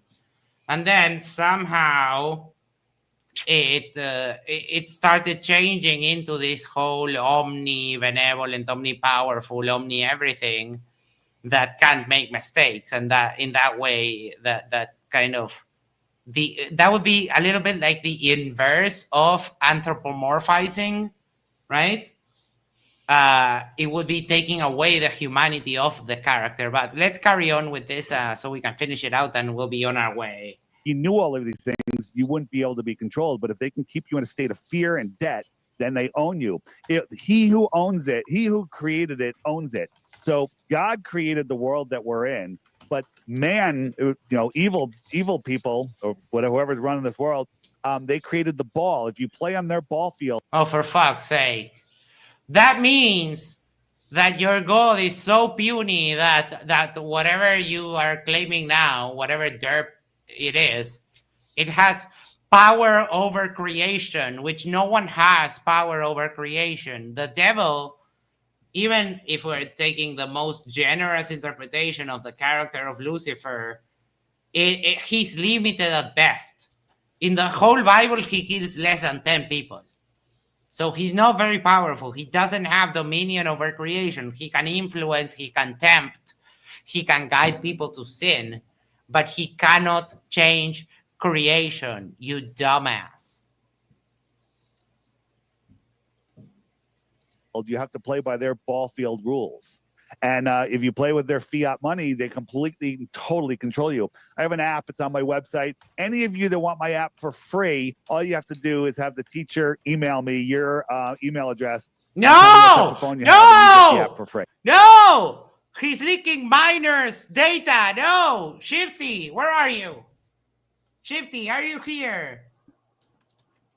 Shifty Shady, report yourself. Because Shifty is doing a class action lawsuit, right? Because Shifty's data got leaked because of Dave Wise's app. So he's trying to organize a class action lawsuit.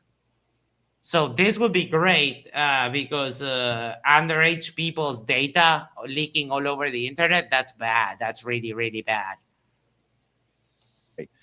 Why the Lie is an amazing section, and that'll blow you away. But also on my website, flatearthdave.com, the crash course, some of those videos are in there. Just watch the first 3 or 5 videos, and you too can be laughed at by your friends because you'll be a.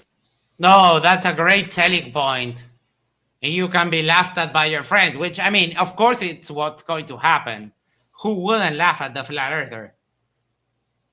But it's not from the point of bringing people to your grift. You messed up, Dave. I'm going to just give you one more and make it around round 80. Because that was dumb as fuck.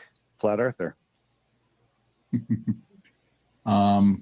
Other questions here? I know anybody who hasn't asked a question yet. I just want to make sure. Yeah, I know. All right, so let's go now. We'll go Amma and then Megan. How much time we have? Actually, we just got a few minutes because we have our quote unquote pack period coming up. But I think we can get 1 or 2 questions in. Go.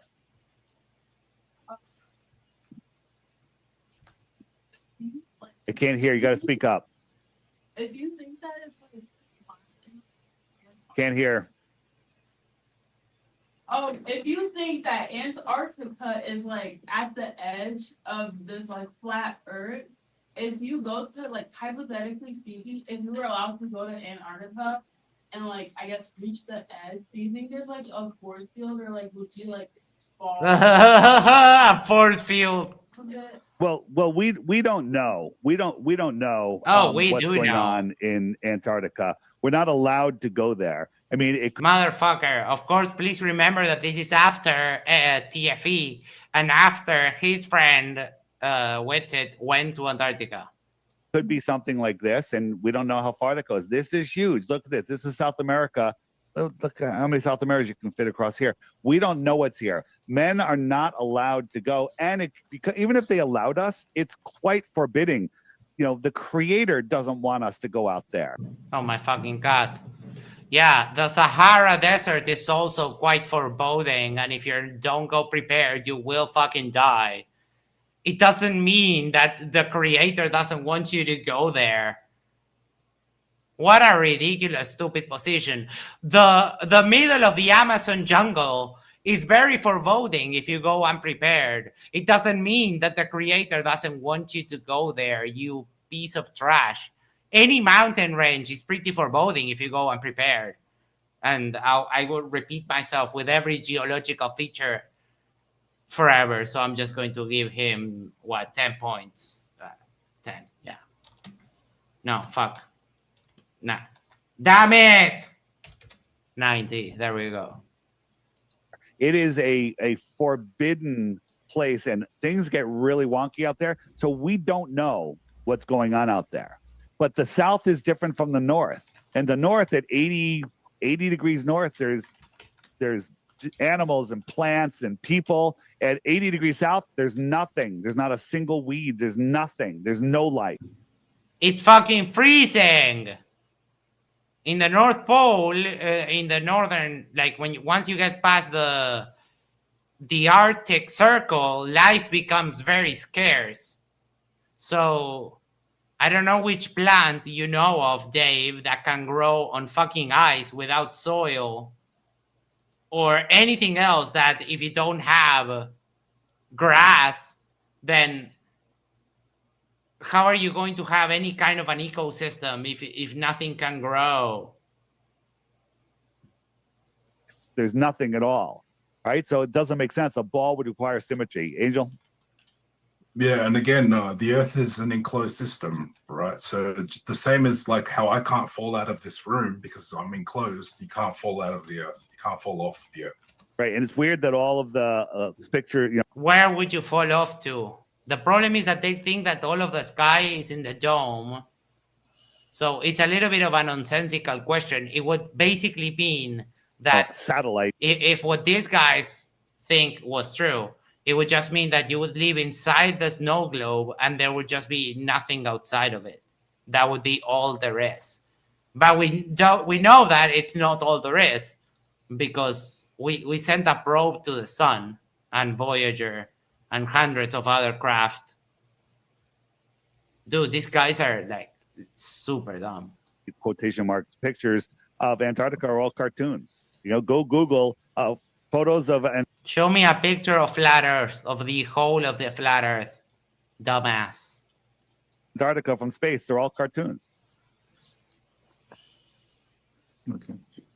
How would you explain someone that maybe like started at an airport in New York City, flew around the entire globe, and then ended up back in New York City from the other direction? That's a great question. And real quick, how much time? Tell me how much time we have. A few minutes.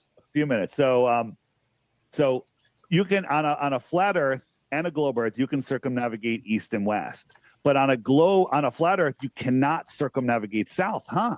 There could be a globe proof. Yeah, it's been done. It's been done to hell. And guess what? Nobody has ever circumnavigated the world going south. So let me show you how that works real quick. Yes, they have. I'm pulling it up. Here it is. So flat Earth, I got a magnet in the center, and I got my airplane or boat, whatever. It's a compass, and the compass needle's pointing towards the north, right? So as I'm pushing west, I have to keep turning to maintain a compass heading of west, right? Except talk to any sailor, anyone who has ever moved any kind of boat, and they will tell you that that's not how you fucking navigate. But for going east and west, you don't have to keep turning.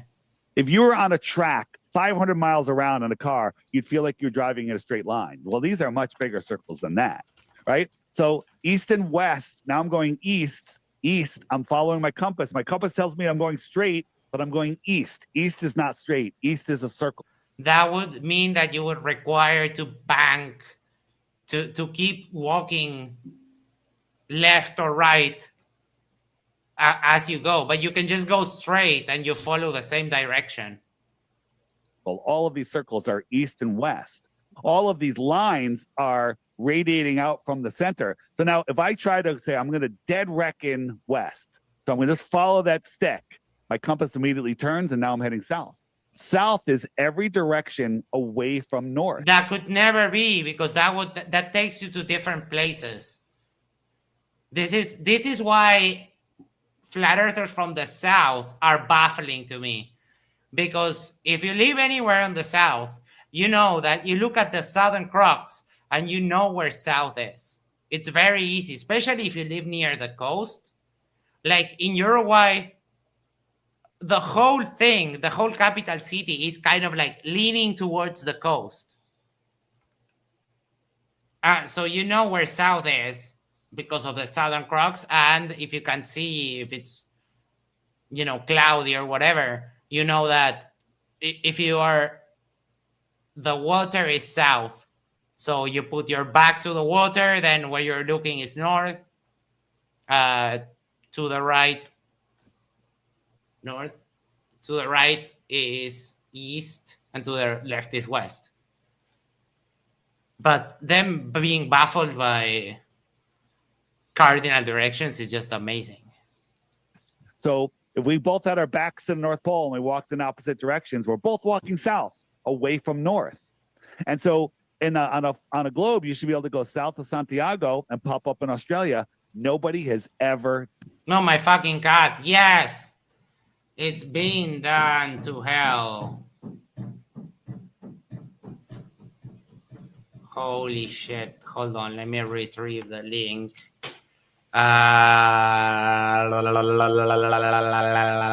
What was the fucking name? Akshay Nanavati. Yes, there we go. Akshay Nanavati. Fiervana. There we go. Hold on 1 second.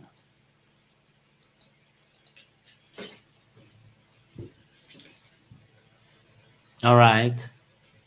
So expeditions. Crossing Antarctica. Do you have? Yes.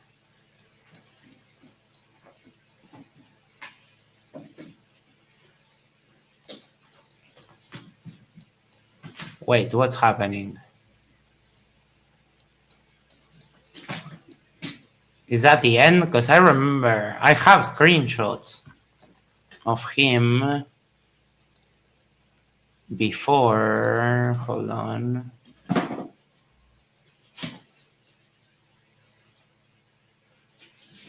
One moment, please. December. This is November. December. There we go. Okay.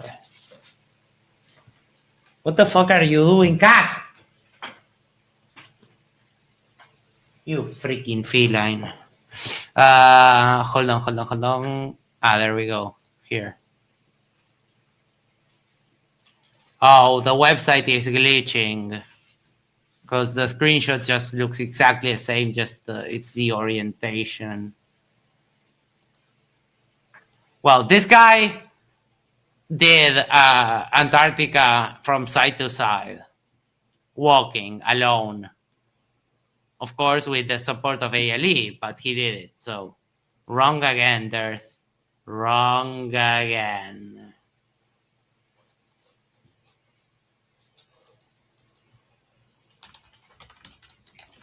All right. Done that ever, right? If I go south, I'll just keep going and never return. No one has ever circumnavigated south. No, Billions of people have done it east and west. Liar. It's bizarre. So now I'm going north, and as I pass the North Pole, the compass just did a 180. Now I'm heading south. That's south, that's south, that's south, and that's south. Any way you point is south. That is idiotic. We couldn't navigate if every direction was south. We literally could not navigate at all. South. East and west are circles. If you point north, yes, you're pointing north, but if you go past the North Pole, you're going south, even though you don't change directions. Yeah, so actually, if you travel in a straight line for long enough, you don't end up back where you started in reality. How do you know?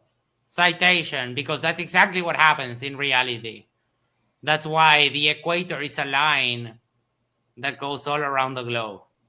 It's called dead reckoning, and you end up south eventually. Yep, every So straight again, line is south. Yeah, so Liar. that's a misconception. People don't realize that if you travel in a straight line, you don't actually end up back where you started. Okay, the final question, Megan. So how do time zones work? Because wouldn't, like, if the Earth was flat, wouldn't that make the whole Earth day at the same? Yeah. Yeah, I wish we had more time. Yeah, that student is correct. If the Earth was flat, the sun could never set. The sun could never be blocked by the ground because it would always have to be above the ground. So you just got schooled by a student, so that is worth 10. So we're up to 100. But I'll answer that real quick. So look at this is my flat Earth clock. The sky is a clock. Wherever the sun is, it's noon. Now you guys are over here. It's like 10:15 in the morning because the sun is coming towards us. So the sun is moving. So that would be 11 o'clock. That would be 12 o'clock, 1 o'clock, right? 2 o'clock. It's midnight over here. Let me turn on the time zones. Pable, for 30 Uruguayan pesos says, Max, your cat is bilingual too? Yes, but the problem is that he speaks two other languages. He speaks like Russian and Egyptian, so we don't speak the same languages. That's why we have constant misunderstandings. Time zones are, where are my time zones? There they are. So the time zones are turning. So let me turn it off right now. And right now, Angels is over here. It's about 10:50. No, it's 12 p.m. What time is it? Yeah, 12:16. Yeah, 12:16. Because here are the time zones. Time zones work perfectly. There's 24 of them on a flat Earth. But the weird thing is, in reality, there's more time zones, right? In the north, there's 19 time zones, 24 in between the two tropics, which we didn't get into, and 32 in the outer south. That's weird. Doesn't work on a globe, works perfectly in a flat Earth. This is reality, but it doesn't work on a globe. Yeah, so basically the local sun illuminates a certain portion of the Earth. And as the sun moves over top of the Earth, east to west in a circle, it creates day and night because there's light attenuation through the air. The light doesn't travel forever through the air, and it basically creates day and night. Oh my God. No, that's not how that works at all. There's nowhere near enough atmosphere for it to attenuate in what it would be like the extension of the flat Earth. Oh my freaking cat. All right. I think I've had enough because these are 4 parts. So, I don't know if I'm going to go through all 4 parts. I guess I'll watch them and see if I can get the best, like clips. But I love streaming on Sundays. It's super chill. It's super nice. So, we have Craig that is streaming right now. So we'll forward over to him. Isa, final thoughts. What's on your mind? I think I lost some brain cells watching that. Oh, definitely. Sorry, that's just what I feel. I'm sorry. Yeah, I just love the derp, and enough. I did drugs for many years, so I'm kind of used to brain damage. I think we got some brain damage from that. Definitely. Pretty disgusting. Even though I think what the school does go well in principle, but I think this is it's such a difficult position to